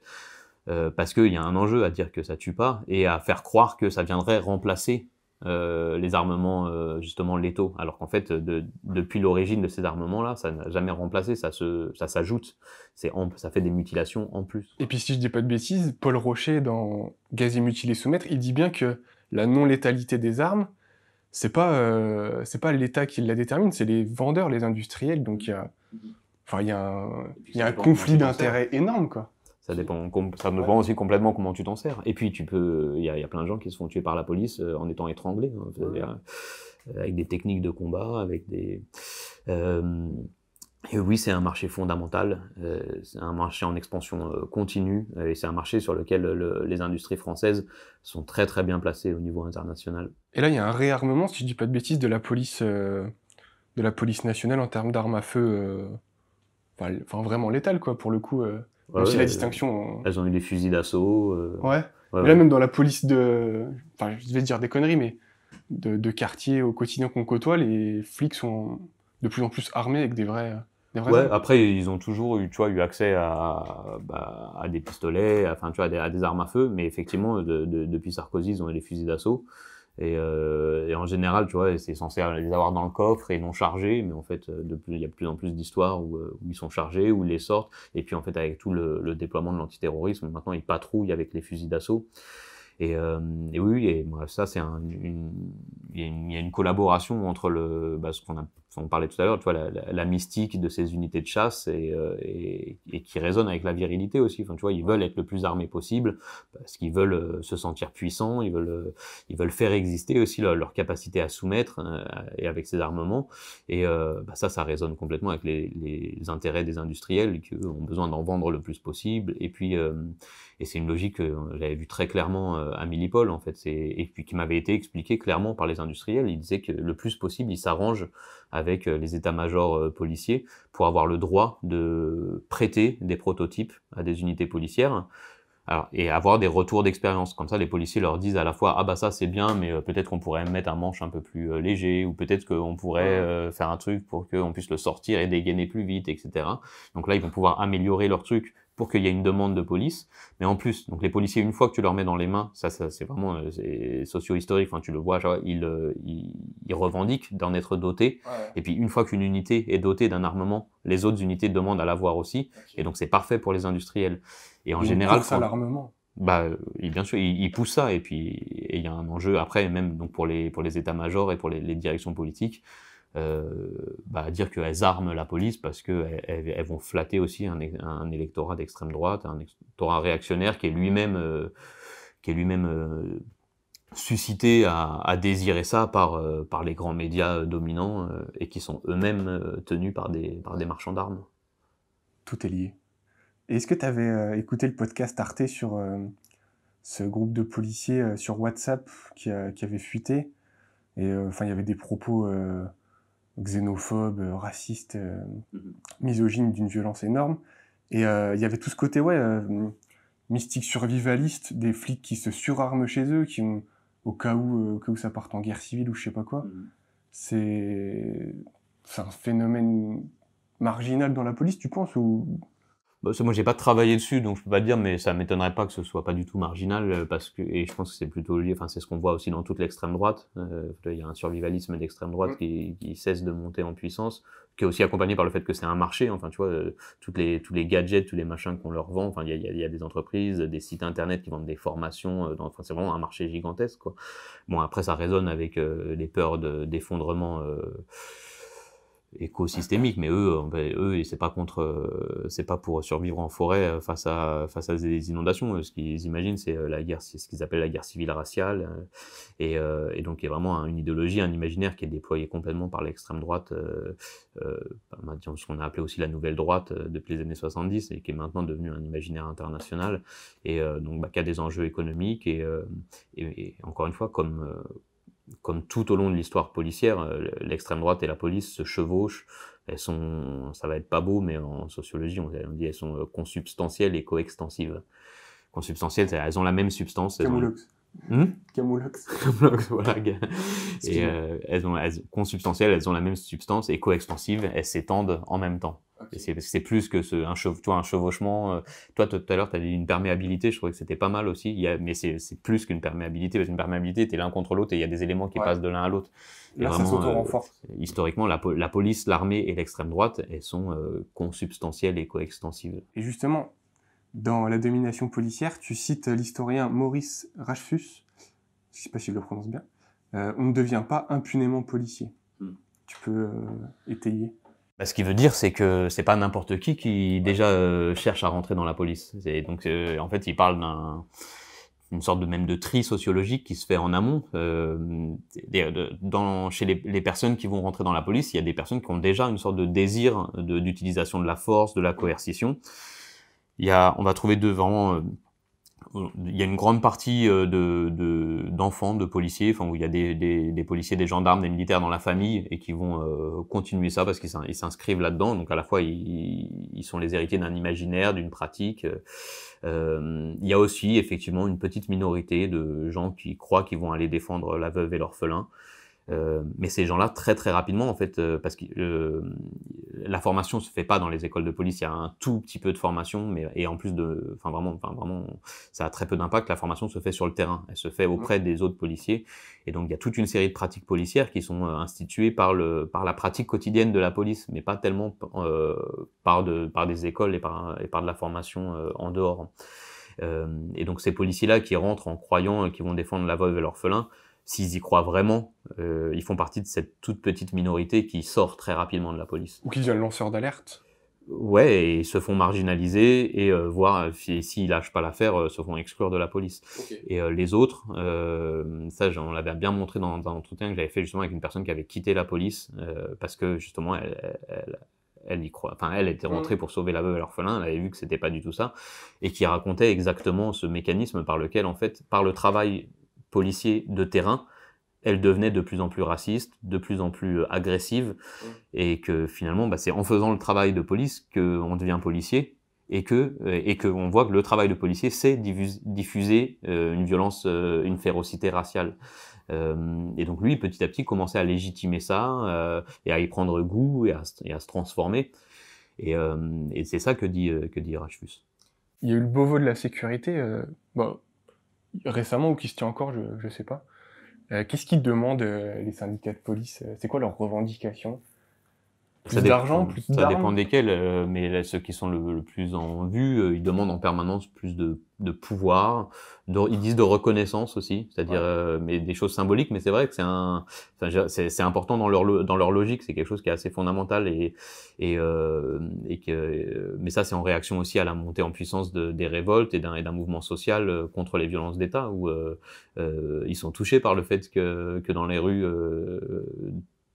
tout type de mouvements sociaux crient tout le monde déteste la police, et qu'il y a de plus en plus justement d'affaires médiatisées, et par le fruit des luttes de leur violence, et du coup ils demandent à être respectés, etc., où en fait ils voudraient justement que l'État en permanence, en fait, à la fois il faudrait encore plus d'impunité de la justice, alors qu'ils ont une impunité quasiment totale, mais ils voudraient être couverts symboliquement tout le temps, c'est-à-dire avoir des ministres, c'est ce que fait Darmanin d'ailleurs, qui dès qu'il y a une affaire de violence policière interviennent et diffusent un imaginaire, un discours disant non, la police est irréprochable et qui partent à l'attaque de tout ce qui vient critiquer la police, et c'est aussi ce que fait Darmanin là.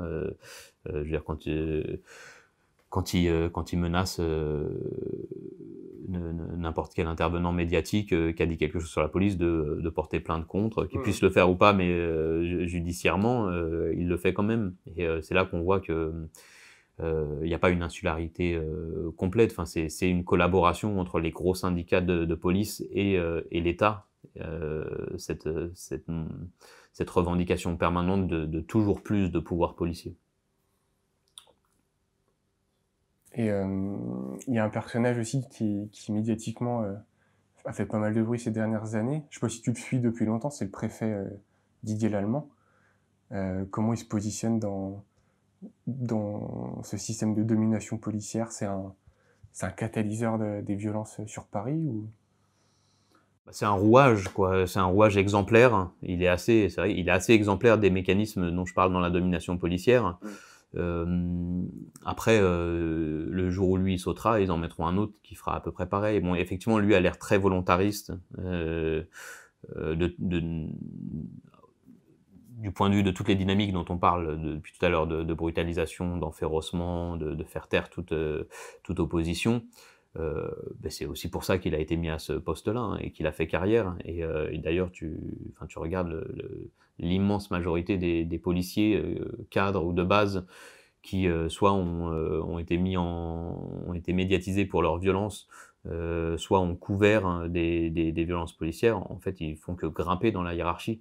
Et ça vient encore montrer que tout ça c'est systémique en fait, et que la brutalisation, l'enférocement, c'est ce qui est demandé à la police. C'est ça la bonne police, enfin selon l'État. C'est ça qu'il veut, c'est ça qui maintient, c'est ça qui protège et c'est ça qui développe. Et du coup, l'allemand, il est caractéristique, exemplaire des logiques du capitalisme sécuritaire, mais l'administration, les grandes écoles de police, produisent des dizaines de rouages comme lui qui seront prêts à le remplacer. Mais est-ce qu'en fait, il n'y a pas, tu dis l'enférocement, est-ce qu'il n'y a pas un ensauvagement de la police, et est-ce que finalement, c'est pas le corps policier le sauvage? Ouais, si tu veux. On peut retourner le stigmate qu'il impose. C'est ce que Fanon disait aussi, sur le fait que le colonialisme ensauvage le colon. Et dans ce sens-là, oui, si tu veux. Moi, je m'en sers pas trop parce que on sait pas ce que les gens mettent derrière la notion de sauvage. Tu vois, on a l'impression tu vois, c'est toujours un petit peu Enfin, tu vois, on imagine une personne dans la jungle, je sais pas quoi, qui serait d'avant la civilisation. Enfin, tu vois, il y a toujours un truc, il y a toujours un truc raciste derrière, tu vois. Et puis comme si, tu vois, il y avait, bon bref. Et on sait pas exactement ce que ça veut dire sauvage, quoi. Et alors que la férocité, on voit bien, ou la brutalisation. Je vais me faire un peu l'avocat du diable. Moment Thinkerview. Non, mais tu sais, il y a une remarque qui est souvent mise en avant au lendemain des fortes répressions, des grosses manifestations, gilets jaunes, machin, quand il y a des actes de violence filmés et objectivement impossibles à nier. On va beaucoup entendre dans les médias, ouais, mais les flics ils sont à bout, ils sont super fatigués, l'erreur est humaine, on ferait pas mieux à leur place. Tu vois, c'est ce truc de la fatigue et ils sont imparfaits, je sais pas, qu'est-ce que t'en penses? C'est de la rhétorique, c'est un répertoire de justification pour empêcher les gens de penser, et puis quand on a 2 minutes dans des grands médias dominants pour couper court à toute pensée critique. Voilà quoi, parce qu'en fait on sait très bien qu'il y a plein de corps professionnels qui sont confrontés à de la violence et qui n'étranglent pas les gens, les tuent pas. Enfin, tu vois, dans les hôpitaux psychiatriques, les personnes, elles sont formées, elles sont face à des gens qui sont des fois dans des crises de délire, qui peuvent être ultra violentes, et les gens arrivent à les calmer, à les contenir.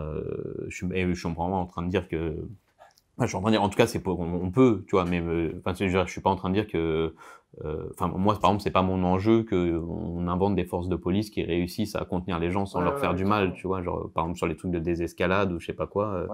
C'est pas en réinjectant de l'argent, de l'humain et des effectifs que le problème va s'arranger, en fait. Non, parce que enfin, le problème, il est recherché par, enfin, l'État et les classes dominantes développent des appareils de surveillance, de contrôle et de répression et une logique de renforcement sécuritaire parce que c'est leurs intérêts. Ils ont besoin d'un ordre social de plus en plus autoritaire, de plus en plus punitif pour protéger le capitalisme, pour protéger l'impérialisme, pour protéger le patriarcat. Et donc, après, ils développent les rhétoriques qu'ils peuvent et ils donnent la parole aux personnes qui tiennent des discours qui permettent de légitimer ça dans les grands médias. Mais enfin, je veux dire, s'ils voulaient que ça change, ils mettraient en place d'autres politiques et... Message à la police de France, merde, on n'est pas vos clébards. Bien sûr que la rue est sale, et bien sûr que ça rend dur. Adama, Théo fait ça, j'espère que justice sera rendue. Là j'en ai cité 3, mais tu sais qu'il y en a eu des dizaines. En cas de bavure policière, est-ce que j'appelle le 17? Et ben alors du coup, on peut rester sur la question politique. Est-ce qu'aujourd'hui, il y a un parti politique ou une force politique qui proposerait des mesures qui te semblent intéressantes et rationnelles sur la question de la police, où il y a un vide politique Je te parle surtout à gauche, hein, parce que... Ouais, bah, je sais pas, tu sais, la France Insoumise, là, elle a fait des déclarations en disant qu'ils voulaient, je sais plus exactement ce qu'ils ont dit, ils voulaient en finir avec les bacs et peut-être désarmer une partie, des choses comme ça. Bon, enfin, je veux dire, on verra le jour où ils seront au pouvoir s'ils le font vraiment, tu vois. Moi, j'y crois pas trop à Ils sont ces aussi sur choses-là. le créneau, la légalisation du cannabis. Ouais, aussi. Bah, je veux dire, bon, c'est bon à prendre, tu vois. Tout ce qui réduit le pouvoir policier est bon à prendre. Là maintenant, je veux dire, enfin, c'est les discours de campagne, ils engagent que les gens qui veulent y croire, tu vois. Et Mélenchon, il a été au gouvernement avant. À chaque fois qu'il y a des révoltes dans les quartiers populaires contre la police, il justifie la police et il traite à Amiens Nord, il traitait les révoltés de, justement, je sais pas s'il avait pas dit sauvageons, un truc comme ça. Moi, c'était pas Chevènement, mais il avait dit un truc comme ça. Enfin bon. Je demande à voir, tu vois. Après, moi, je suis convaincu que, la police et la violence policière, ça va avec le capitalisme, avec l'État-nation, avec le patriarcat, avec le racisme, et que il y a rien qui changera tant qu'on changera pas complètement de société. Mais dans les luttes contre les violences d'État, les familles, les proches de victimes, les habitants des quartiers, les proches de personnes tuées en prison, etc. Largement, tout le monde considère que si on pouvait réduire le pouvoir policier pour sauver des vies, tout est bon à prendre, tu vois. Et du coup, il y a des revendications pour désarmer la police, la définancer, réduire le nombre des agents et puis renforcer enfin, en finir avec l'impunité judiciaire, des choses comme ça. Et ça, je crois, elles sont légitimes, ces revendications, tu vois. J'ai l'impression qu'il faut trouver un cheminement entre les deux, quelque chose des revendications issues des luttes qui cherchent et qui réussissent à réduire absolument le pouvoir de la police, mais le pouvoir des dominants en général, mais qu'on ait bien conscience que sur ce chemin-là, qu'en fait, on n'en sortira jamais tant qu'on changera pas complètement de société, et que ça se fait pas par en haut, ça se fait par en bas. Et en dehors des partis politiques, et comme tu dis par le bas, il y a la figure peut-être d'Assa Traoré, qui est intéressante médiatiquement actuellement. Il y a je sais pas, j'ai l'impression qu'il y a un renouveau, un rafraîchissement de la lutte anti-policière à travers cette figure d'Assa Traoré. Je sais pas comment tu le vois, toi. Assa, elle porte un discours qui est construit dans les luttes, hein, qui est construit dans son comité, dans les différents comités, et dans un mouvement contre les violences d'État qui a vraiment pris forme, hein, qui a pris des formes plus larges et plus construites et plus auto-organisées dans ces dernières années. voilà, elle est une sorte de porte-parole, et en même temps, il faut bien voir que, enfin, c'est un mouvement qui a plein de composantes, plein de forces différentes, où il y a maintenant vraiment de plus en plus de comités qui tiennent dans la durée, des comités vérité et justice, et qui font du travail local dans leur quartier sur la question des violences d'État, mais en fait à plein de niveaux, et qui font un travail de convergence en direction des autres luttes, en direction des autres groupes sociaux qui vivent des violences d'État, mais même, tu vois, qui vont faire de la convergence sur la question écologique à tous les niveaux.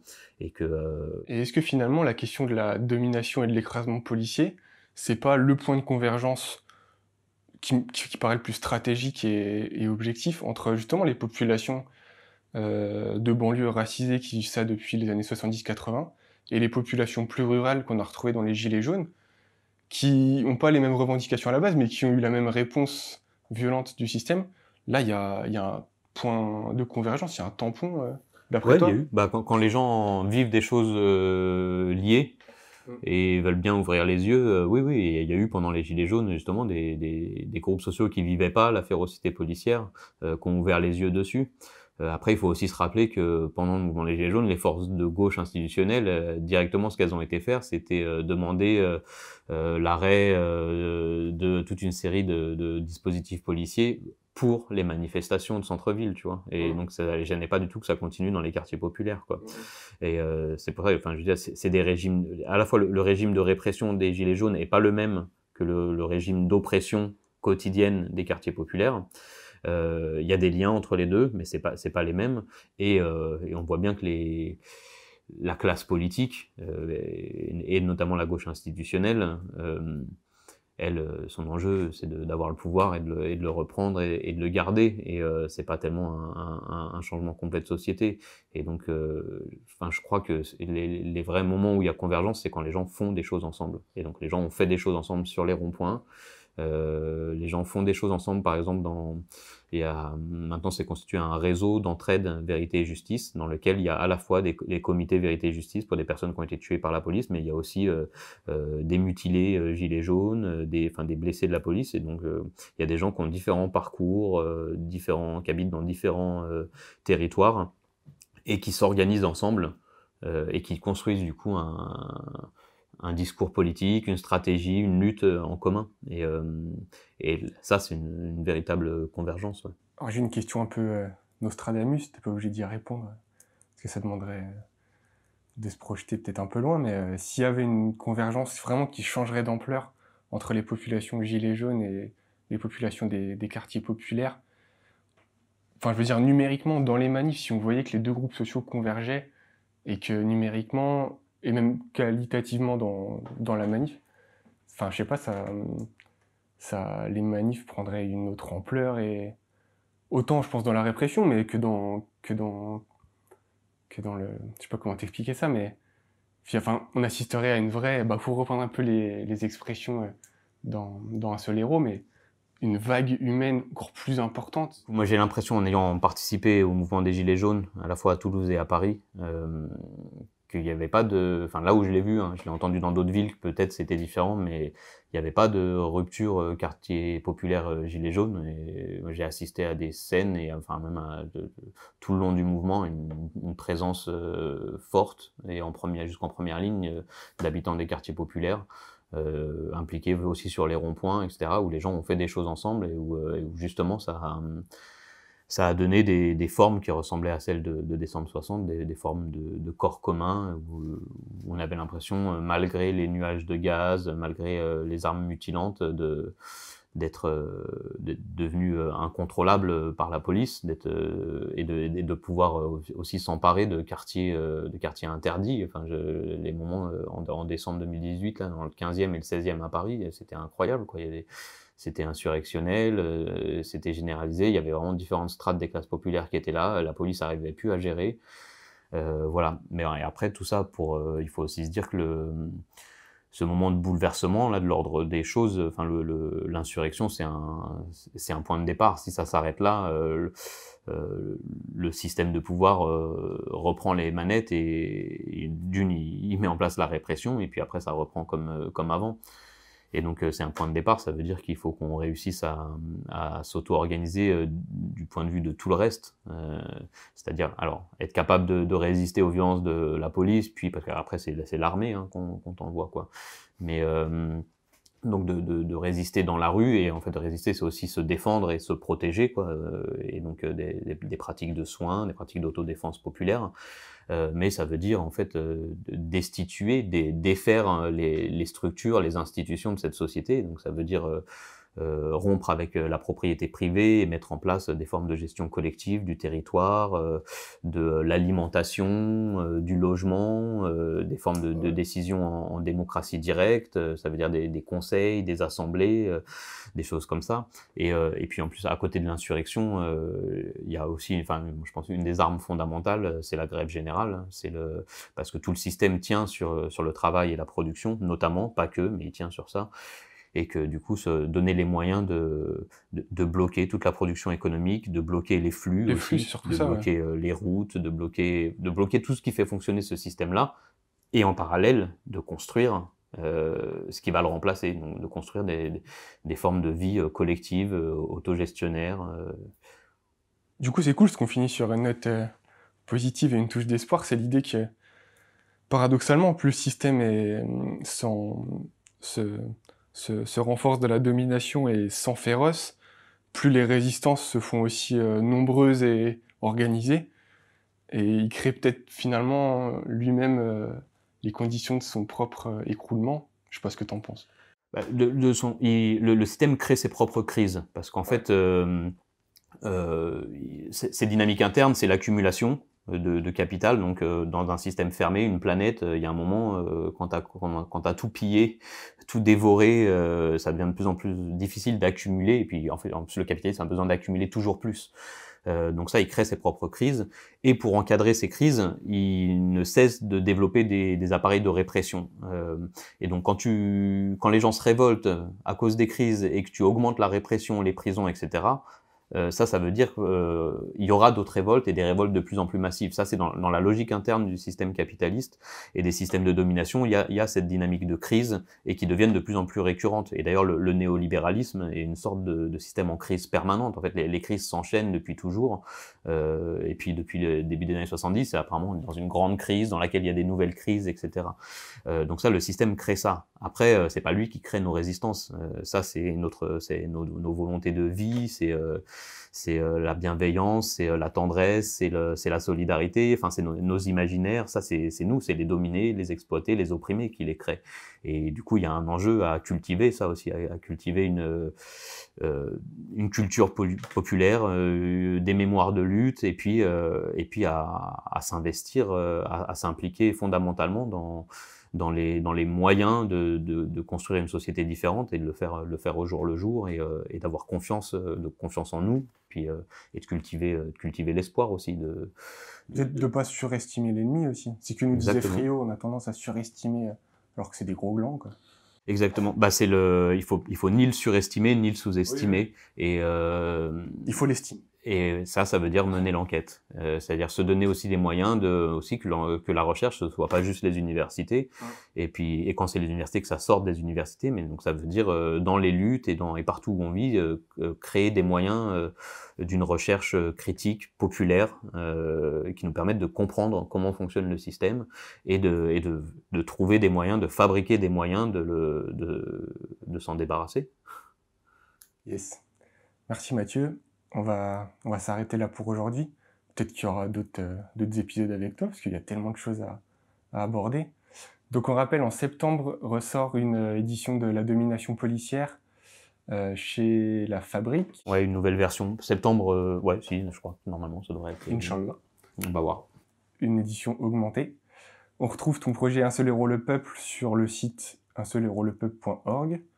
Et je sais pas, quels sont tes prochains projets là sur lesquels on va pouvoir te suivre à moyen terme? Je prépare une plateforme d'enquête qui va s'appeler Enquête critique, et du coup sur laquelle encore une fois il s'agit de continuer à mener de la recherche depuis les luttes, et à fabriquer des outils et toutes sortes d'outils, des brochures, des docus, des podcasts, du live stream. Ouais, bah après, je cherche aussi des moyens de financer, de pouvoir avoir une équipe, quoi. Mais pour l'instant, je me fais, enfin, comme tout ce que je fais, je me fais aider par des potes, des camarades. Mais ouais, donc ça, c'est en construction et ça va s'appeler enquête critique .org. Il y a déjà un lien sur ton site déjà. Ah ouais, mais ouais, c'est pas fait vraiment exprès. Enfin, je veux dire, il existe parce qu'on est en train de c'est en construction. C'est en construction, quoi. Et voilà, et ce sera porté aussi par les solidarités des gens qui trouvent que c'est important qu'on puisse fabriquer des outils collectivement et depuis les luttes, quoi. Et voilà, et autour de ça, bah, il y a un projet de livre et de docu sur le néocolonialisme, sur la solidarité internationale, des choses comme ça. Merci beaucoup, Mathieu. Bah, c'était trop intéressant. J'ai trop envie de recommencer pour parler d'autres trucs, mais il va falloir s'arrêter. Ben, on fait ça une prochaine fois. Allez, salut. Salut.